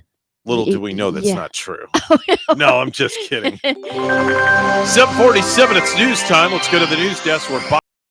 Morning, Bonnie. Good morning, Evan. Florida reaches another coronavirus milestone. Cases now total more than 200,000 after another 10,000 new cases were reported yesterday. There were 29 additional fatalities, and the statewide death toll is now 3,731. Because of the coronavirus, South Florida counties kept their beaches closed over the holiday weekend, but most of the rest of the state let people fill their sandy shores. People going to beaches this July 4th weekend gave some feeling of independence to businesses that need visitors to survive. Angela Johnson owns a restaurant in Cocoa Beach. Financially, we are so grateful we're open at this time. It obviously was a heavy hit for us to be closed. She can only operate at 50% capacity, and her staff must wear masks. The only safety rules for Cocoa Beach itself keep groups to 10 people or fewer. I'm John McQuiston. Florida restaurants can now earn a seal of commitment to show diners they're COVID-19 safe. Florida Restaurant and Lodging Association Vice President Jeff Lobkeman says the industry has to rebuild customers' trust. It's scary times economically, unprecedented in most of our lifetimes. But this country has lived through bigger and more pressing threats in the past, and I'm sure we'll get through this, and our industry is optimistic that it will come through. Certified restaurants will receive a symbol that guests can look for. I'm Larry Spillman. Another health scare in Florida, officials confirming a case of a rare brain-eating amoeba. The case of Naegleria fowleri was found in the Tampa area, but no other details were given. Infections of the single-cell organism are rare, with only 37 reported in the Sunshine State since 1962. The amoeba is typically found in warm, fresh water, and infections are often deadly. Dean Muccio, NBC News Radio. And lastly, Baltimore protesters pulled down a statue of Christopher Columbus and threw it into the city's inner harbor on Saturday. Demonstrators used ropes to take down the monument in the Little Italy neighborhood. Baltimore police stated, "We have no new updates to provide at this time." In a statement, Maryland Governor Larry Hogan said on Twitter, "Well, we welcome peaceful protests and constructive dialogue on whether and how to put certain monuments in context or move them to museums through a legal process. Lawlessness, vandalism, and destruction of public property is completely unacceptable. That is the antithesis of democracy and should be condemned by everyone, regardless of their politics." The Washington Redskins and Cleveland Indians both issued statements Friday suggesting that they may finally change their names. Various groups have been pressuring them to do it for years. Last Thursday, FedEx asked the team to change its name. They pay the Skins $7.6 million a year for the right to call their stadium FedEx Field. Then Thursday night, Nike took all the team's gear off their website.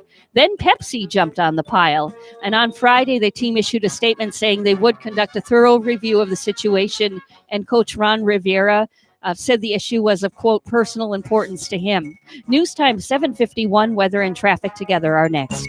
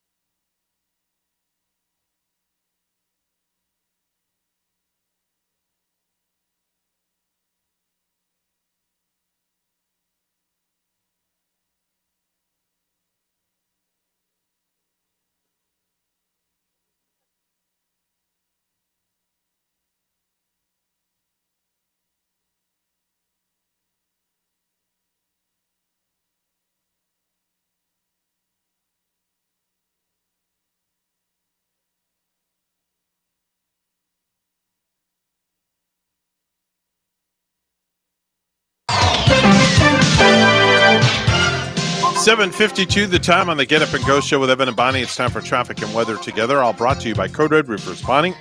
The roads have been quiet right here. Everything is running fine. We're looking at Palm City, no accidents. Of the Turnpike. US 1, no accidents, no slowdowns to report. There's your latest look at traffic. 76 right now in Stewart, Port St. Lucie 75. Here's our forecast at WPTV. This morning along the Treasure Coast, temperatures starting off in the mid-70s under partly cloudy skies. This afternoon, hot and humid weather with highs in the low to mid-90s and heat index values around 102 to 104 degrees. Scattered showers and storms developing this afternoon, becoming more widespread around 5, and most of the rain tapering off by 8 or 9 or so. Tuesday, the heat continues with highs climbing in the low 90s, mostly sunny through the first half of the day, then another round of showers and storms through the afternoon and evening. I'm WPTV First Alert Meteorologist Katya Hall on WSTU AM 1450, Martin County's Heritage Station.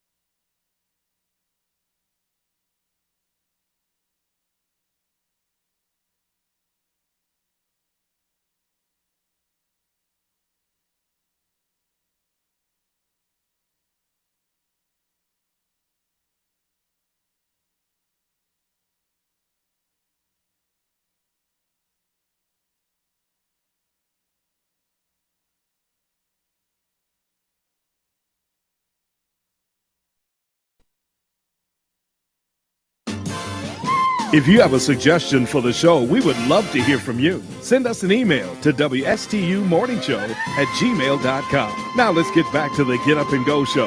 Here's Evan and Bonnie. All right, stop. Follow signs and listen. The library's back.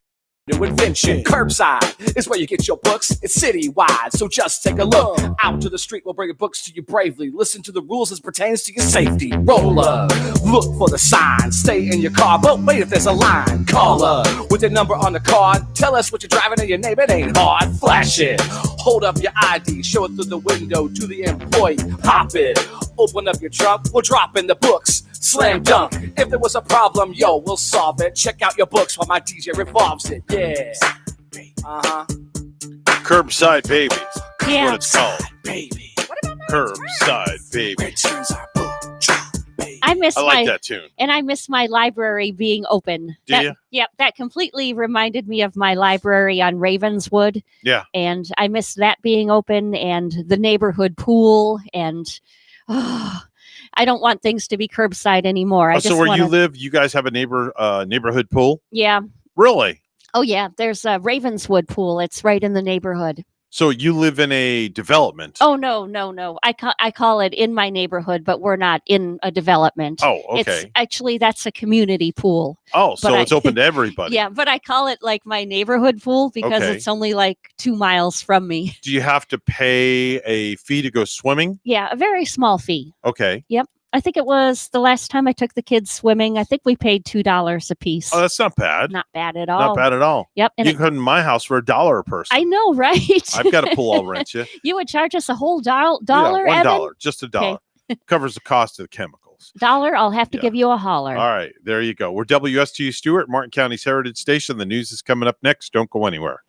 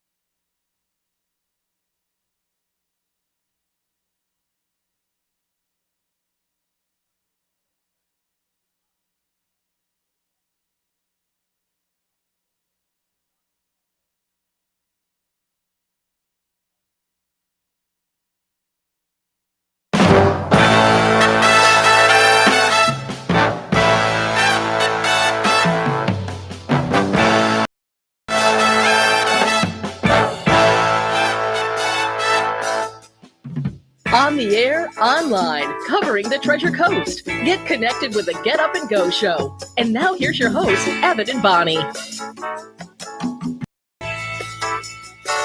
8:07 on the Get Up and Go Show with Evan and Bonnie, hour number 3. And it's time for our weekly visit with the superintendent of the Martin County School System, Lori Gaylord's joining us on our line. Lori, good morning. Happy Monday. How was your 4th of July weekend? It was wonderful. It was pretty uneventful, but it was wonderful. Thank you, and I hope you had a great 4th of July weekend. We did. We had, everywhere we looked around our neighborhood, we had fireworks going off, left, right, up, down, and all around. So, it was just like going to one of those fireworks displays that you go to, except it was just in our neighborhood. Yeah, I think that everyone took advantage of the personal fireworks this year because same thing in my neighborhood. Matter of fact, when we woke up the next morning, we had to hose off our cars because the residue from the neighborhood were all over our cars. So we noticed there was a lot of activity out there at night. Yeah, I know one thing's for sure is the fireworks vendors under the tents, they made a killing this year, unlike the other years, right? Yes, they certainly did. So they were happy about that. But and, I'm glad that people had a chance to celebrate the 4th of July and what that means to everyone. Definitely so, without a doubt. Let's get into our conversation this morning, Lori. Let's first and foremost cover graduation is what I'd like to chat about. St. Lucie County just had theirs recently at Lawnwood Stadium, and now Martin County gets to be featured with their students, correct? Absolutely. So this is a big one coming up, and everyone is waiting for the details of this. And this has been coming for quite a while now, and everyone has the dates, but I will give them again. And Martin County High School graduation live in the stadium Wednesday, July 22nd, 9 a.m. Now, I'll give the details, but let me give the dates for all of them. In Martin County High School again, Wednesday, July 22nd. Okay. Jensen Beach High School, Thursday, July 23rd. South Fork High School, Friday, July 24th. And Clark Advanced Learning Center, Saturday, July 25th. So all of these will be live graduations. The ceremony begins promptly at 9 o'clock a.m., and the ceremonies will be live streamed. So anyone, especially, parents, grandparents that want to watch in for their grandchildren, or parents that maybe, want to stay home and play it safe, they will be live streamed. So that's something that is a new thing for all of us for graduation.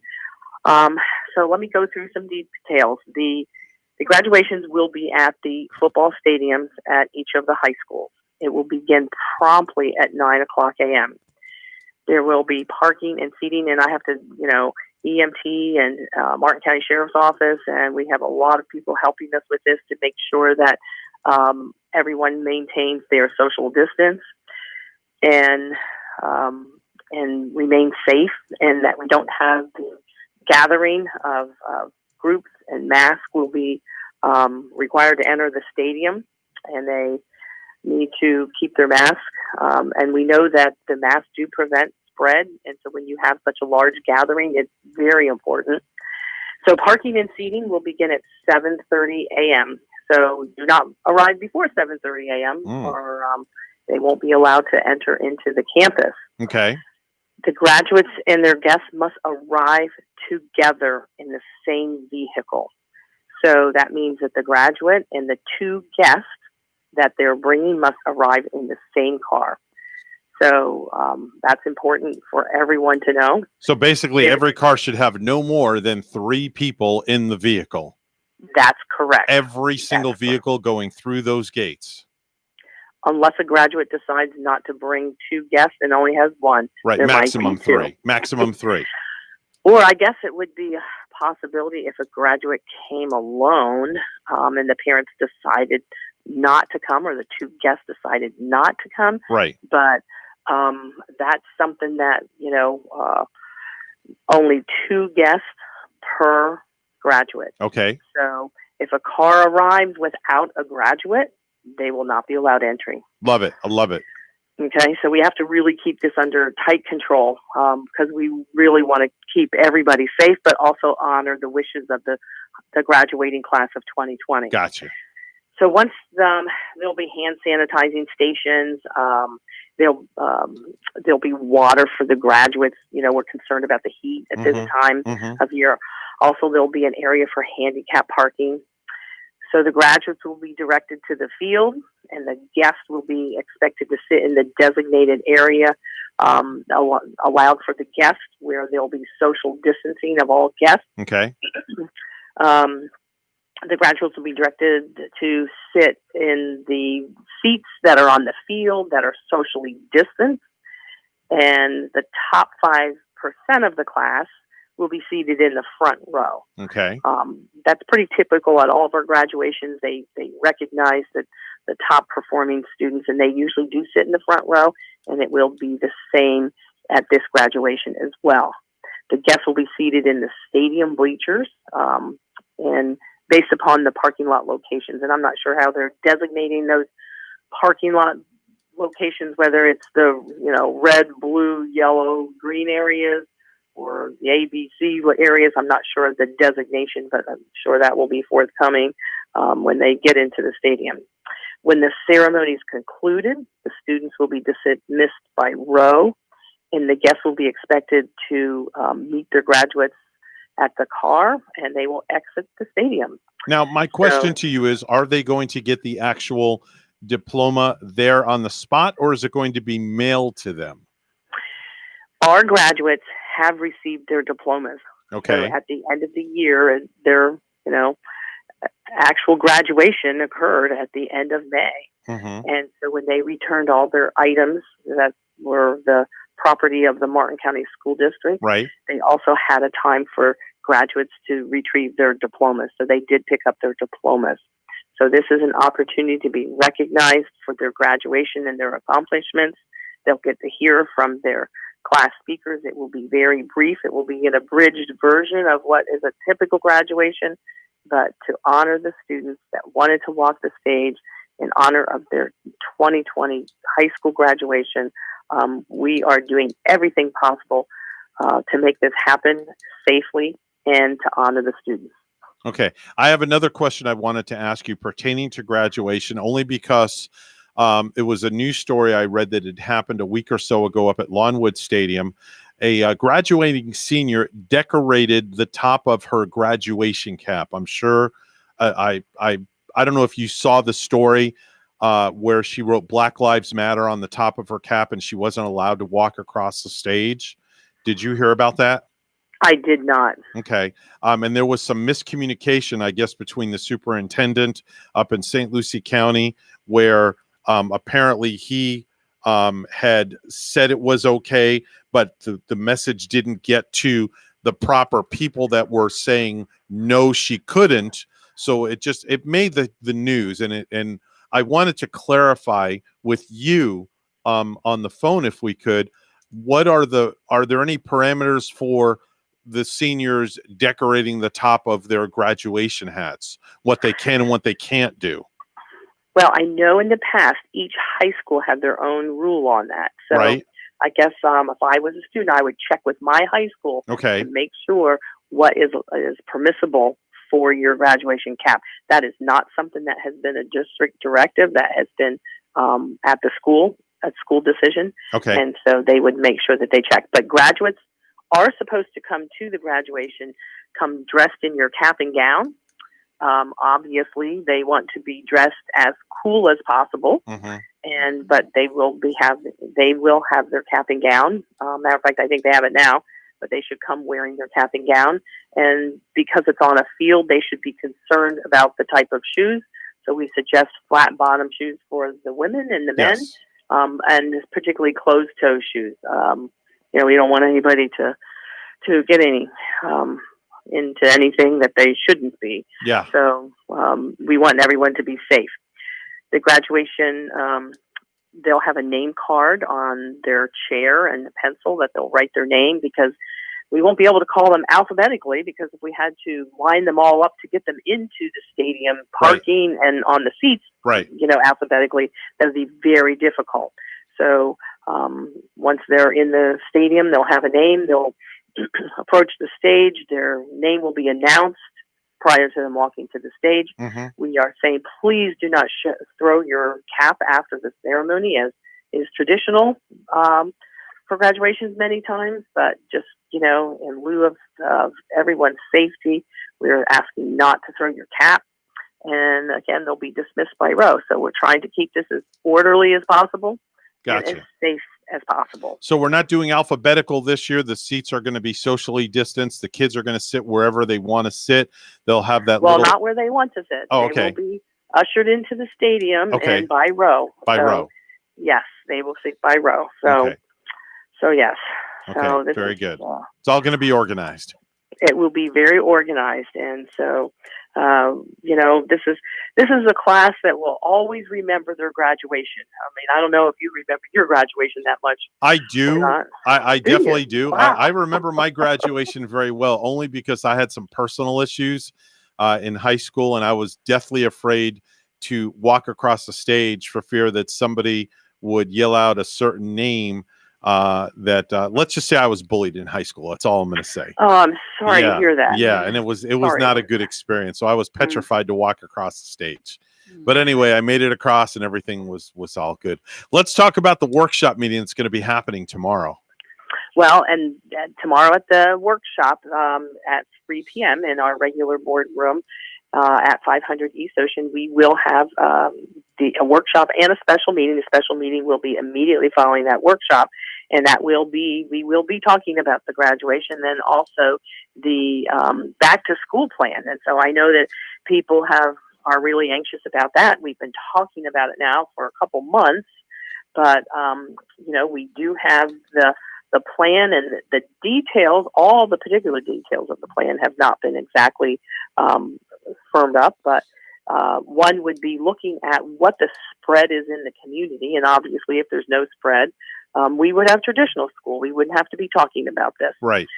If there's low spread in the community, I'm looking at saying traditional school, mask, and I think that everybody could be in the classroom and mask, and the teachers would be wearing a mask, and they would prevent spread within the classroom. That would be a low spread. I think that we're experiencing high volume in numbers in Florida right now, and so I'm looking at this, we say minimum to moderate spread, we probably will have to do some type of a blended learning. So we have some in-school learning and some learning at home. So it would be a combination of maybe 1 day or 2 days at school, 1 day, 2 days off, in school and at home learning. So that would be an option for students.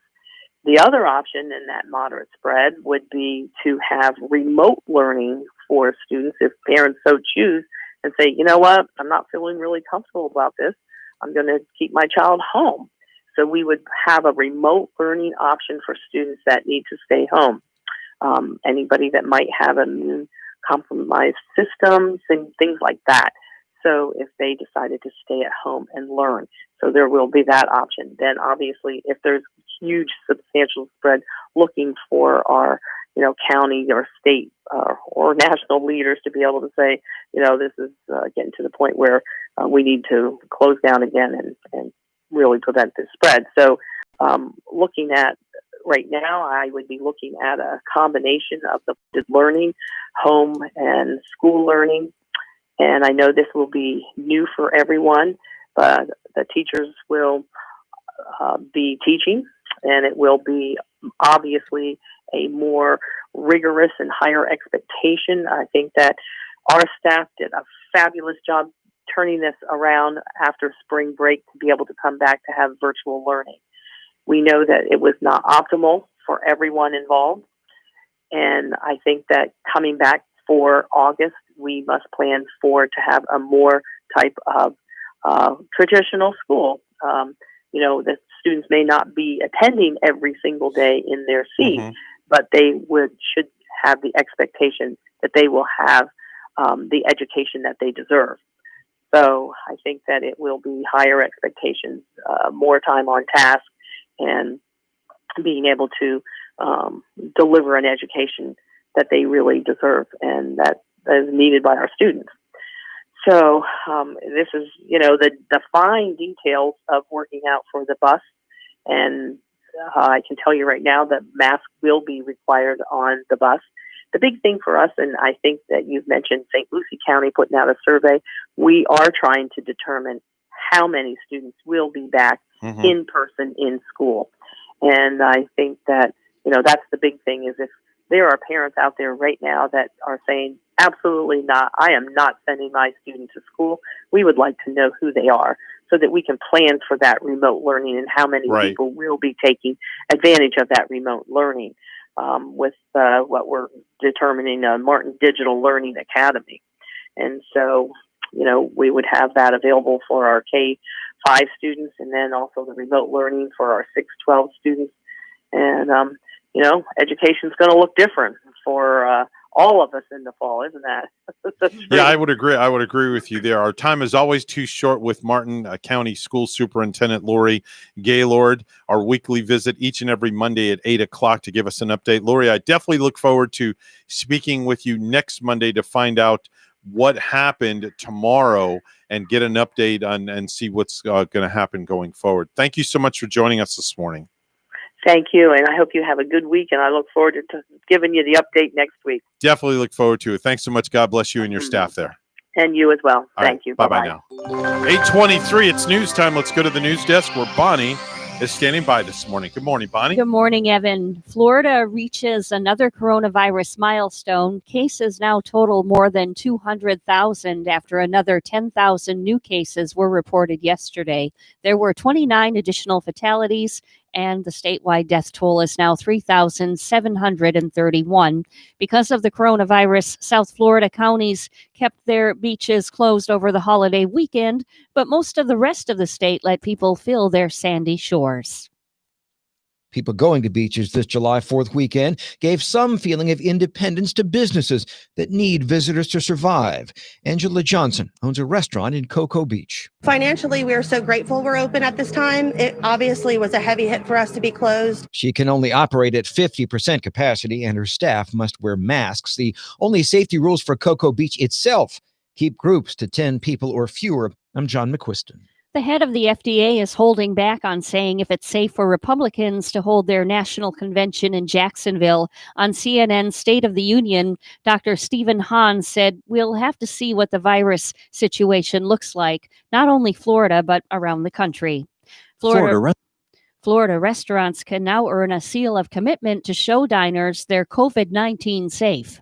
Florida Restaurant and Lodging Association Vice President Jeff Lobkeman says the industry has to rebuild customers' trust. It's scary times economically, unprecedented in most of our lifetimes. But this country has lived through bigger and more pressing threats in the past, and I'm sure we'll get through this, and our industry is optimistic that it will come through. Certified restaurants will receive a symbol that guests can look for. I'm Larry Spillman. Another health scare in Florida. Officials confirming a case of a rare brain-eating amoeba. The case of Naegleria fowleri was found in the Tampa area, but no other details were given. Infections of the single-cell organism are rare, with only 37 reported in the Sunshine State since 1962. The amoeba is typically found in warm, fresh water, and infections are often deadly. Dean Muccio, NBC News Radio. And lastly, 2 young men were killed after a car crash in St. Lucie County Saturday morning. Florida Highway Patrol says a SUV drove off Florida's Turnpike and into the grass. The SUV then went back onto the road, but hit a guardrail and overturned. Authorities say a 25-year-old man from Davie and a 35-year-old man from Silver Springs died in the crash. 3 other people in the car were injured. The crash occurred on Florida's Turnpike northbound beyond mile marker 165. All lanes were closed for hours as crews worked to rescue the 4 people. The NHL and NHL Players Association have agreed on protocols to resume the season, but are still negotiating an extension of the collective bargaining agreement. That agreement would have the Stanley Cup Finals in October, joining the NBA Finals at that time. The NFL also hopes to be playing its season. 8:26 our news time. Weather and traffic together are next.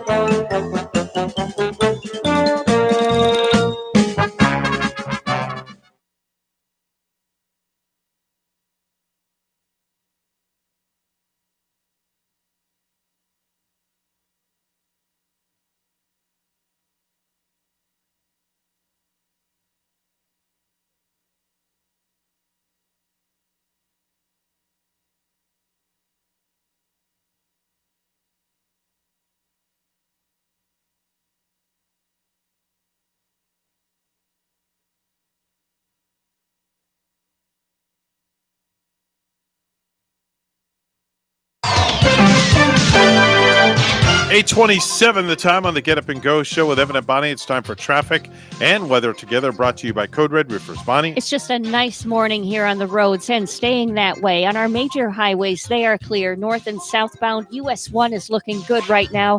There's your latest look at traffic. And sunshine, we have 76 in Stewart. Here's more on our forecast at WPTV.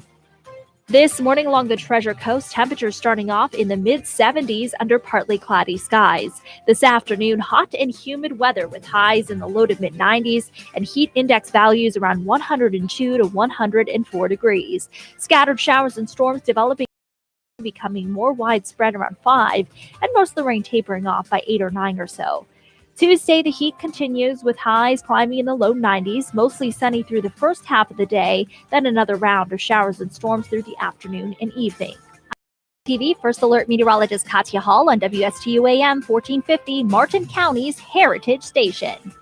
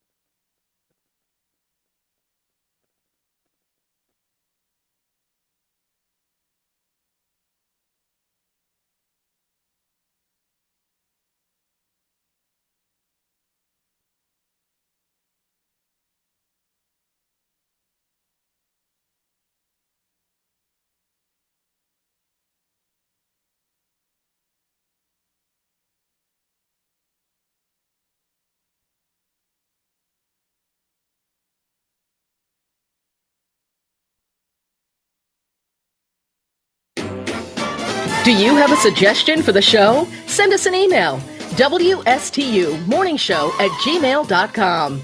And now let's get back to the Get Up and Go show. Here's Evan and Bonnie. 8:30 on the Get Up and Go show with Evan and Bonnie, and it's time for our daily dose of space in another place with the one and only Randy Siegel. Good morning, Randy. Good morning, sir. Well, what do you do when you find out there's a big piece of space debris that may, in fact, impact the International Space Station? Well, what you do is you move it. Yep. NASA and Roscosmos worked together when they found that a piece of debris from an old Progress vehicle would be impacting the International Space Station. So they fired up the engines on the station and maneuvered it 2,952 feet higher in orbit so that orbital debris would not impact the space station. The astronauts on board the station got a really up close and personal July 4th gift, if you will. During one of their resolutions, they were able to take a picture of the Neowise comet, as it got brighter. It's one that gets brighter over the last 7 years. And they were able to see it quite well and beam down some pictures of that comet. Well, they're about halfway through their mission right now. Doug Hurley and Bob Behnken, who've been working very diligently on board the International Space Station, are saying that everything is going quite well. They're pleased with the work that they're doing, and they said that they can really see from the outpost there, Earth, in all of its glory, including the Saharan desert plume and the western Atlantic Ocean.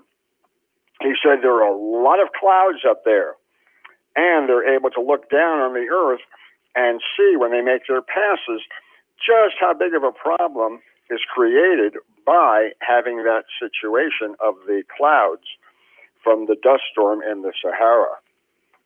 The Russians are saying that they won't fly the U.S. Crew Dragon until it is certified.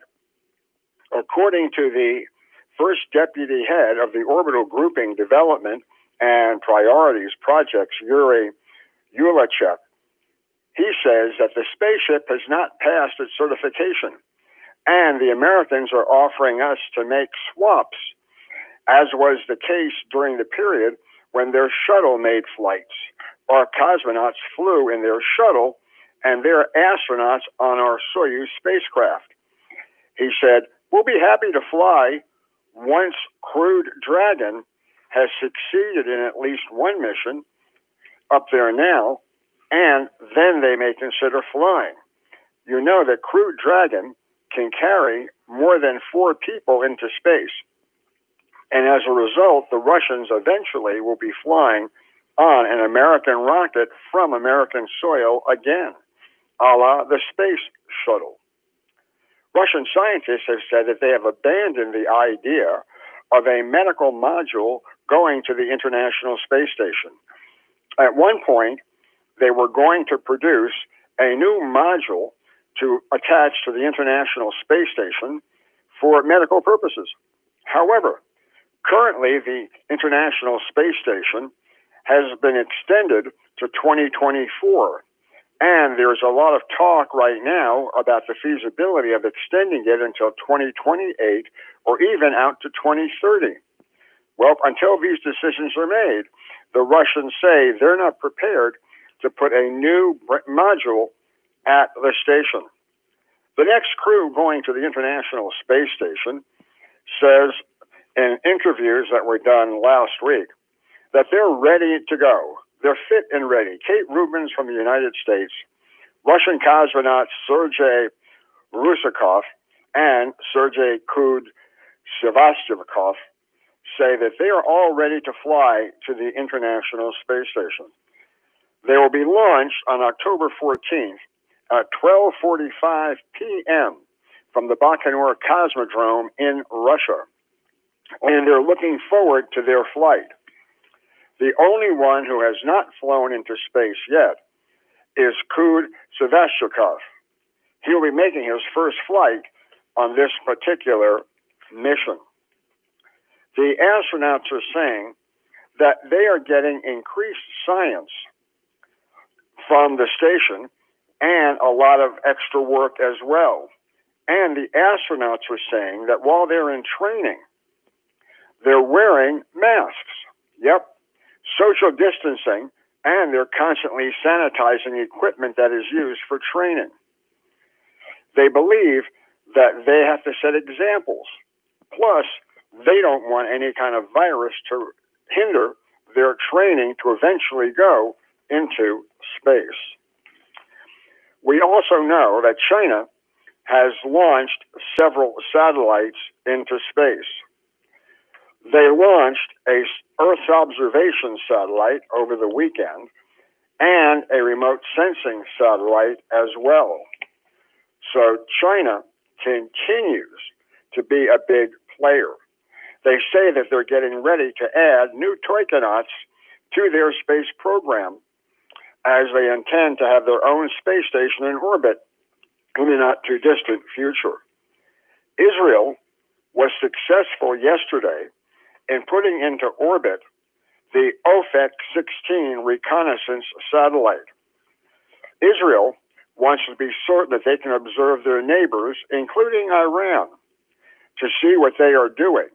And they say that this new satellite will help them be in a much better position to protect themselves. Over the weekend, we also had a failure that took place in New Zealand. Rocket Lab's Electron rocket, carrying 7 small commercial satellites, crashed back to Earth. As the vehicle reached a height of about 310 miles, there was a malfunction in the second stage engine.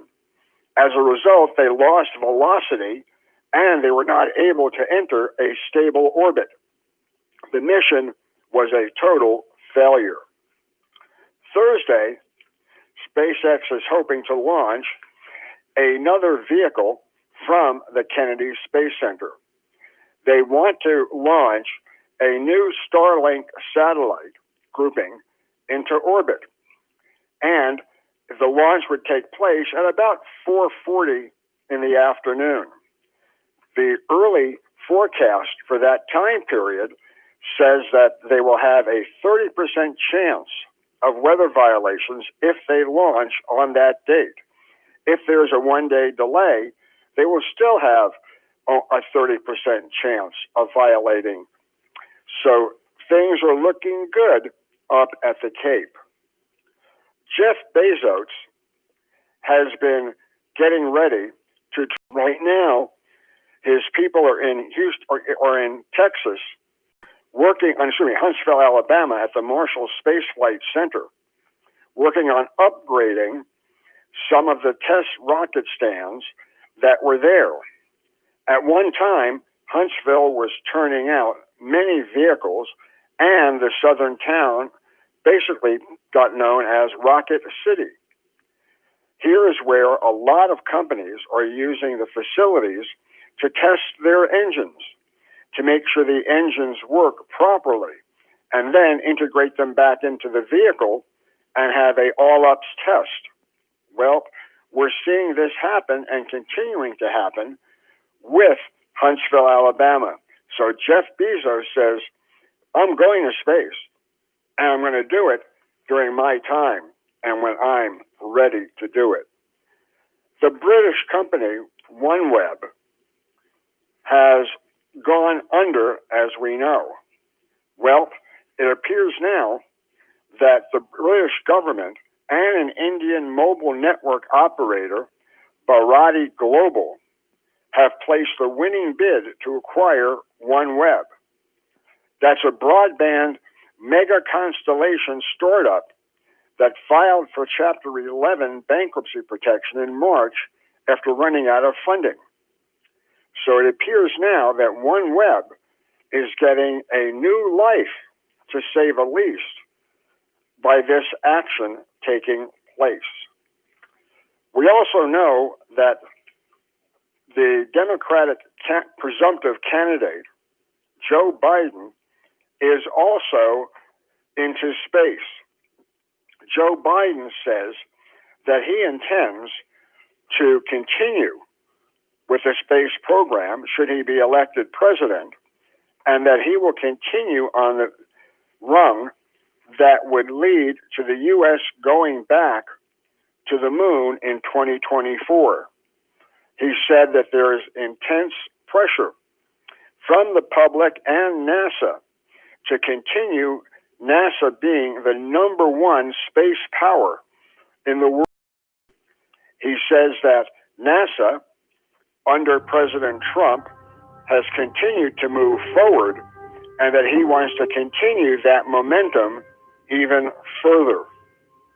Tomorrow, we'll talk to you about Russia preparing to launch a Soyuz 21A vehicle and what happened during the first half of this year in space. So until then, have a great day, everybody. That's your daily dose of space in another place with the one and only Randy Siegel, who appears on this program each and every weekday exactly at this time. Time to head on over to Ellie's Downtown Deli, where Bonnie's standing by with the latest to satisfy your appetite. Well, you know, when it's your order at Ellie's Deli today, ask for the roast beef Siciliano. This is packed with roast beef. It's pressed hot on an 8-inch hoagie, and it comes with provolone cheese, horseradish, sour cream, caramelized onions, roasted red peppers too, and oregano. This sandwich is hot. It's fresh roast beef. It's yummy. Get a side of fluffy potato salad with it, maybe black and green olives on the side. And maybe for dessert, take home a half pound of chocolate chip cookies, or your kids might like chocolate peanut butter pie. Ellie's Downtown Deli in Stuart now has their patio back open, plus they are at 50% dining inside with a full menu for pickup or delivery. Ellie's also has full dinners available for takeout, plus their fabulous desserts as well. Call them at 772-781-6605 to order and pick up today.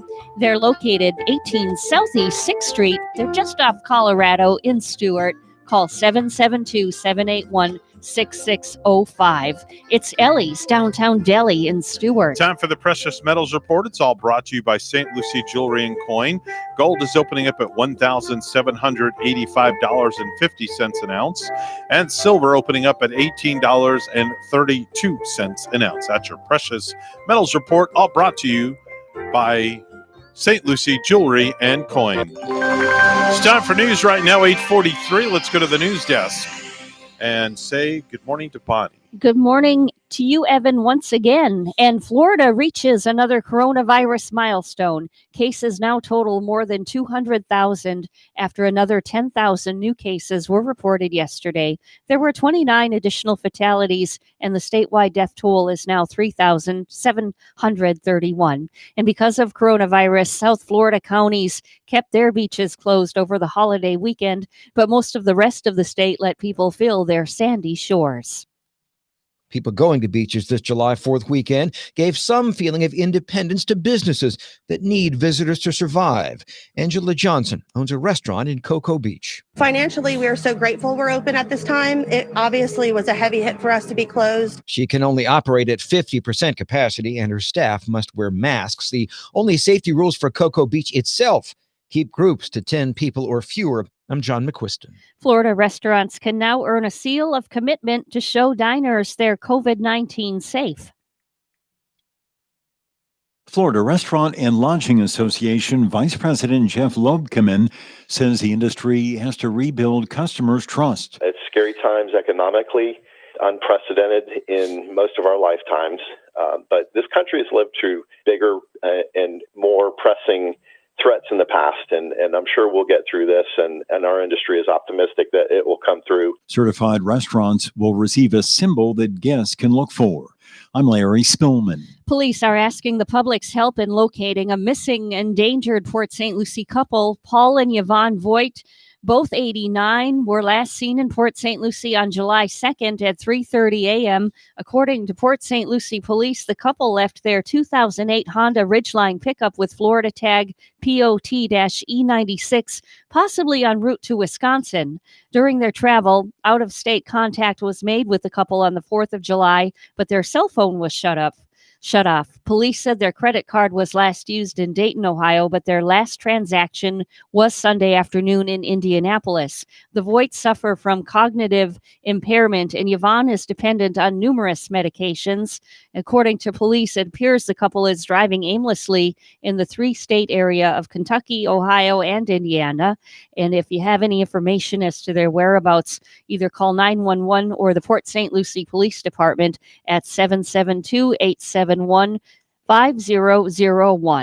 And lastly, Tropical Storm Edward has formed over the far North Atlantic, but the storm poses no immediate threat to land. The U.S. National Hurricane Center in Miami says Edward has topped sustained winds of 40 miles per hour. It was located late Sunday night about 685 miles south-southwest of Cape Race, Newfoundland, Canada.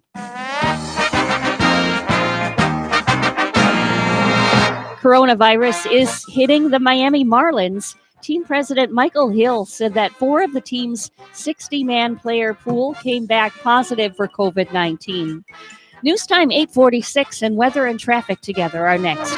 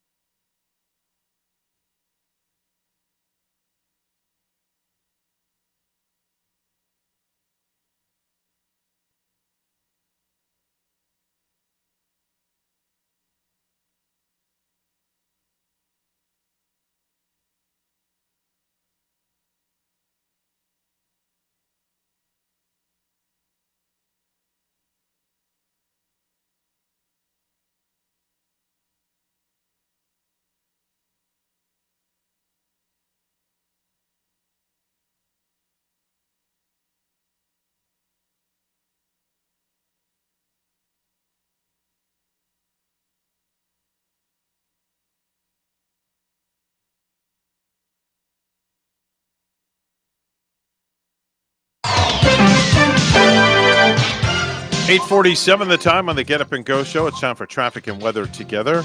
All brought to you by Code Red Roofers. Bonnie? It's just a nice, beautiful morning out on the roadways. We're not seeing any accidents, no tie-ups, no slowdowns right here. And there's your latest look at traffic.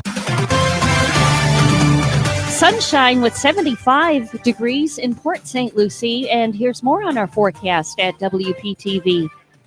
This morning along the Treasure Coast, temperatures starting off in the mid-70s under partly cloudy skies. This afternoon, hot and humid weather with highs in the low to mid-90s and heat index values around 102 to 104 degrees. Scattered showers this afternoon, becoming more widespread around 5, and most of the rain tapering off by 8 or 9 or so. Tuesday, the heat continues with highs climbing in the low 90s, mostly sunny through the first half of the day, then another round of showers and storms through the afternoon and evening. I'm WPTV First Alert Meteorologist Katya Hall on WSTU AM 1450, Martin County's Heritage Station.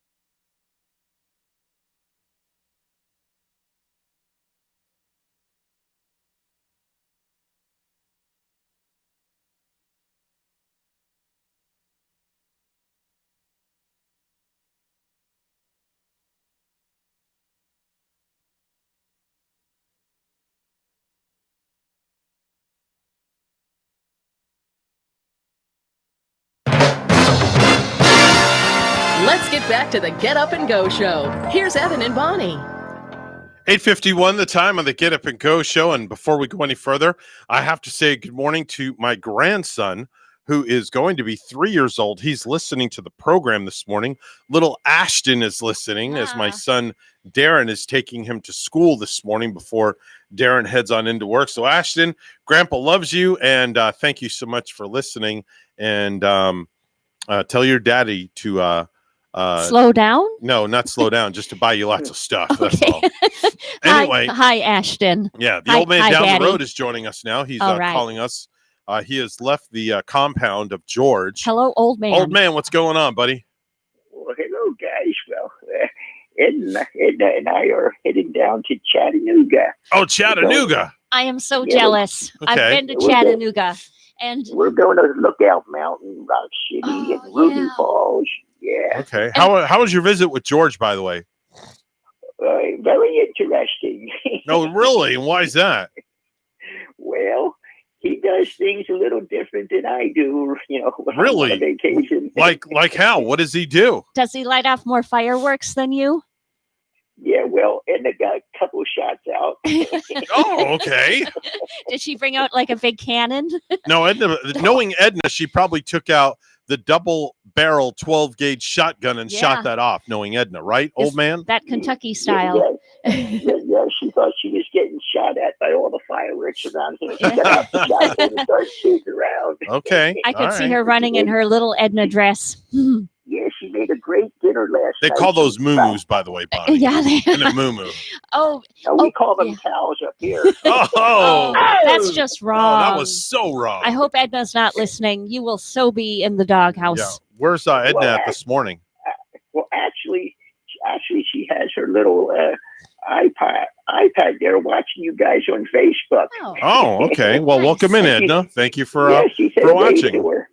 Okay, I'm waving. I'm going to wave to Edna. We're waving to Edna right now. Hello, Okay. Edna. Hello, Edna. I'm glad she's on a small unit because it seems we look better when our faces look smaller. Yeah, that's for true. Some odd sort of reason. Yeah. Two faces look smaller. Evan and my face Yeah. looks smaller.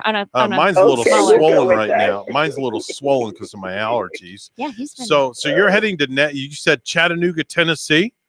Yeah, we're sitting on top of a mountain right now, looking out over the valley. And it's beautiful up here. Okay. Yeah. They have two. Took a little rest stop. They have two aquariums up there, and one is river and one is ocean. Two separate aquariums. I went in them both, and in the river one, they had river otters all playing and sliding and running around, and nice big open space for them. That was really cool. Right in the heart of Chattanooga. Yeah, they got a new place there. I gotta shout this out. It's called the Moonshine Bakery. It's really good. The Moonshine Bakery? That sounds Yeah. Wow, let me guess. Moonshine Baked goods Bakery. made of moonshine, correct? That's it. They make all kinds of cakes and they're really good. I bet that's Okay. fabulous. All right. I'll have to stop there if ever I go up that The way. Moonshine Bakery. Doesn't I'm gonna have that to check sound that out. good? I don't drink, so I don't know. I have no idea. But baked, in your Hey, bakery. Bonnie. Yeah. Hey, Bonnie, do you like fried green tomatoes? Yes, I do. Yeah. Yeah. Edna made some fried green tomatoes and chicken and mashed potatoes and corn on the cob last night. We had fresh strawberries. Oh, that was your final Ooh, dinner yeah. before you got on the road this morning, right? Yeah, we left real early this morning. As soon as the sun came up, it's always gorgeous to see the sun come up over the mountains. Over those mountains, there's nothing like it. That's so beautiful. And then you can see horses too if you travel in parts of Wow. them hills and the Okay. farming area. It's just right. like on a postcard. Yeah, we had to watch out for the roadkill. We had a couple of skunks that kind of like got in the way. Now, what'd you do for 4th of July, old man? Tell me. Like I said, Edna started shooting everybody out there. She thought they were shooting her with the fireworks. Oh, So my. we had a Okay. picnic. So We what had kind of like a little what kind of picnic. fireworks did you have besides the 12-gauge shotgun? Some that you can't buy. No, you know what? I bet you if they would have been down here in Florida, they would have went and saw Fredo that was selling those what were those fireworks called? Those like the Arsenal fireworks. Arsenal, like yeah, our band leader M80s. Fredo opened up his own fireworks stand in a Winn-Dixie parking lot, and he was selling Arsenal fireworks. And apparently Phil went over and got some. Yeah, well, luckily Phil didn't get blown up. I remember the mountainsides Loaned of up? Kentucky and Tennessee. If you're traveling up there around the 4th of July in that certain time Mhm. slot, there's like on the mountainsides, it says fireworks, and they're just Yeah. like everywhere. It's just like, Yeah, that's where we got ours. And Yeah. we got some arsenals there. do they fire Mm. them right off of a mountaintop too in some places that you go and Oh, see? Oh, absolutely. Absolutely. Do they do it off of Lookout Mountain when you're up there? Do they set fireworks off up from on top of there? I think they have before, so it's like, it's pretty good, Lookout Mountain Well, has all those telescopes where you can look out and you can see 5 different states. It's up so high. It's 7 different states. Yeah. 7 different states. Yes, it is. Yeah, that's a really cool area. Yeah, turn that thing around. I can see you guys with your big radio tower. You can see that far away, right? Do we Oh, look yeah. do we look picturesque today? You look kind of thin. Thank you. We like to look thin. Yeah, I always like to look thin. So- I'd rather look thin than than larger. So that's a bonus. I don't want to be larger than life. I mean, especially I am on a diet, and I've lost about 15 pounds. Good for over Evan, the last right? 3 weeks. Yeah, seafood diet, seafood needed, right? No, that's what you and Edna do, for gosh sakes. Anyway, hey, listen, old man, we got to run because we're coming up towards the end of the program. So be safe and check in with us periodically. Let us know how you guys are doing so we don't have to send the police to do a welfare check on the Winnebago to make sure that everybody's okay. You guys have a real good day. Happy birthday, Rachel. All right. Hey, say goodnight, old man. Good night, old man. And there you go. That's the old man down the road. Guy's been following me around for ever since my radio career started. He's just got to call you wherever you go, I doesn't don't know how this guy finds me, honestly. He finds me every which way but loose. Has you on his radar. Literally. Wow. Action-packed show today. Yeah, it was like a lot of excitement in the first hour. A lot of Yeah. excitement in the first hour. We learned a lot. Congratulations to the graduates. And Evan and I were both glad you're getting your graduations of this coming July. Without a doubt. Yeah. Without a doubt. Folks, that's a wrap for us here at WSTU Stewart. We're Martin County's Heritage Station. As always, we say Chow mein. Honduras. And Arriba Dirty. In the words of Ellen DeGeneres, we always tell you, be kind to one another. And stay nice and positive throughout your day today. Folks, have a great day, and we will see you right back here tomorrow morning on the Get Up and Go show on the Tuesday edition. Bye-bye for now.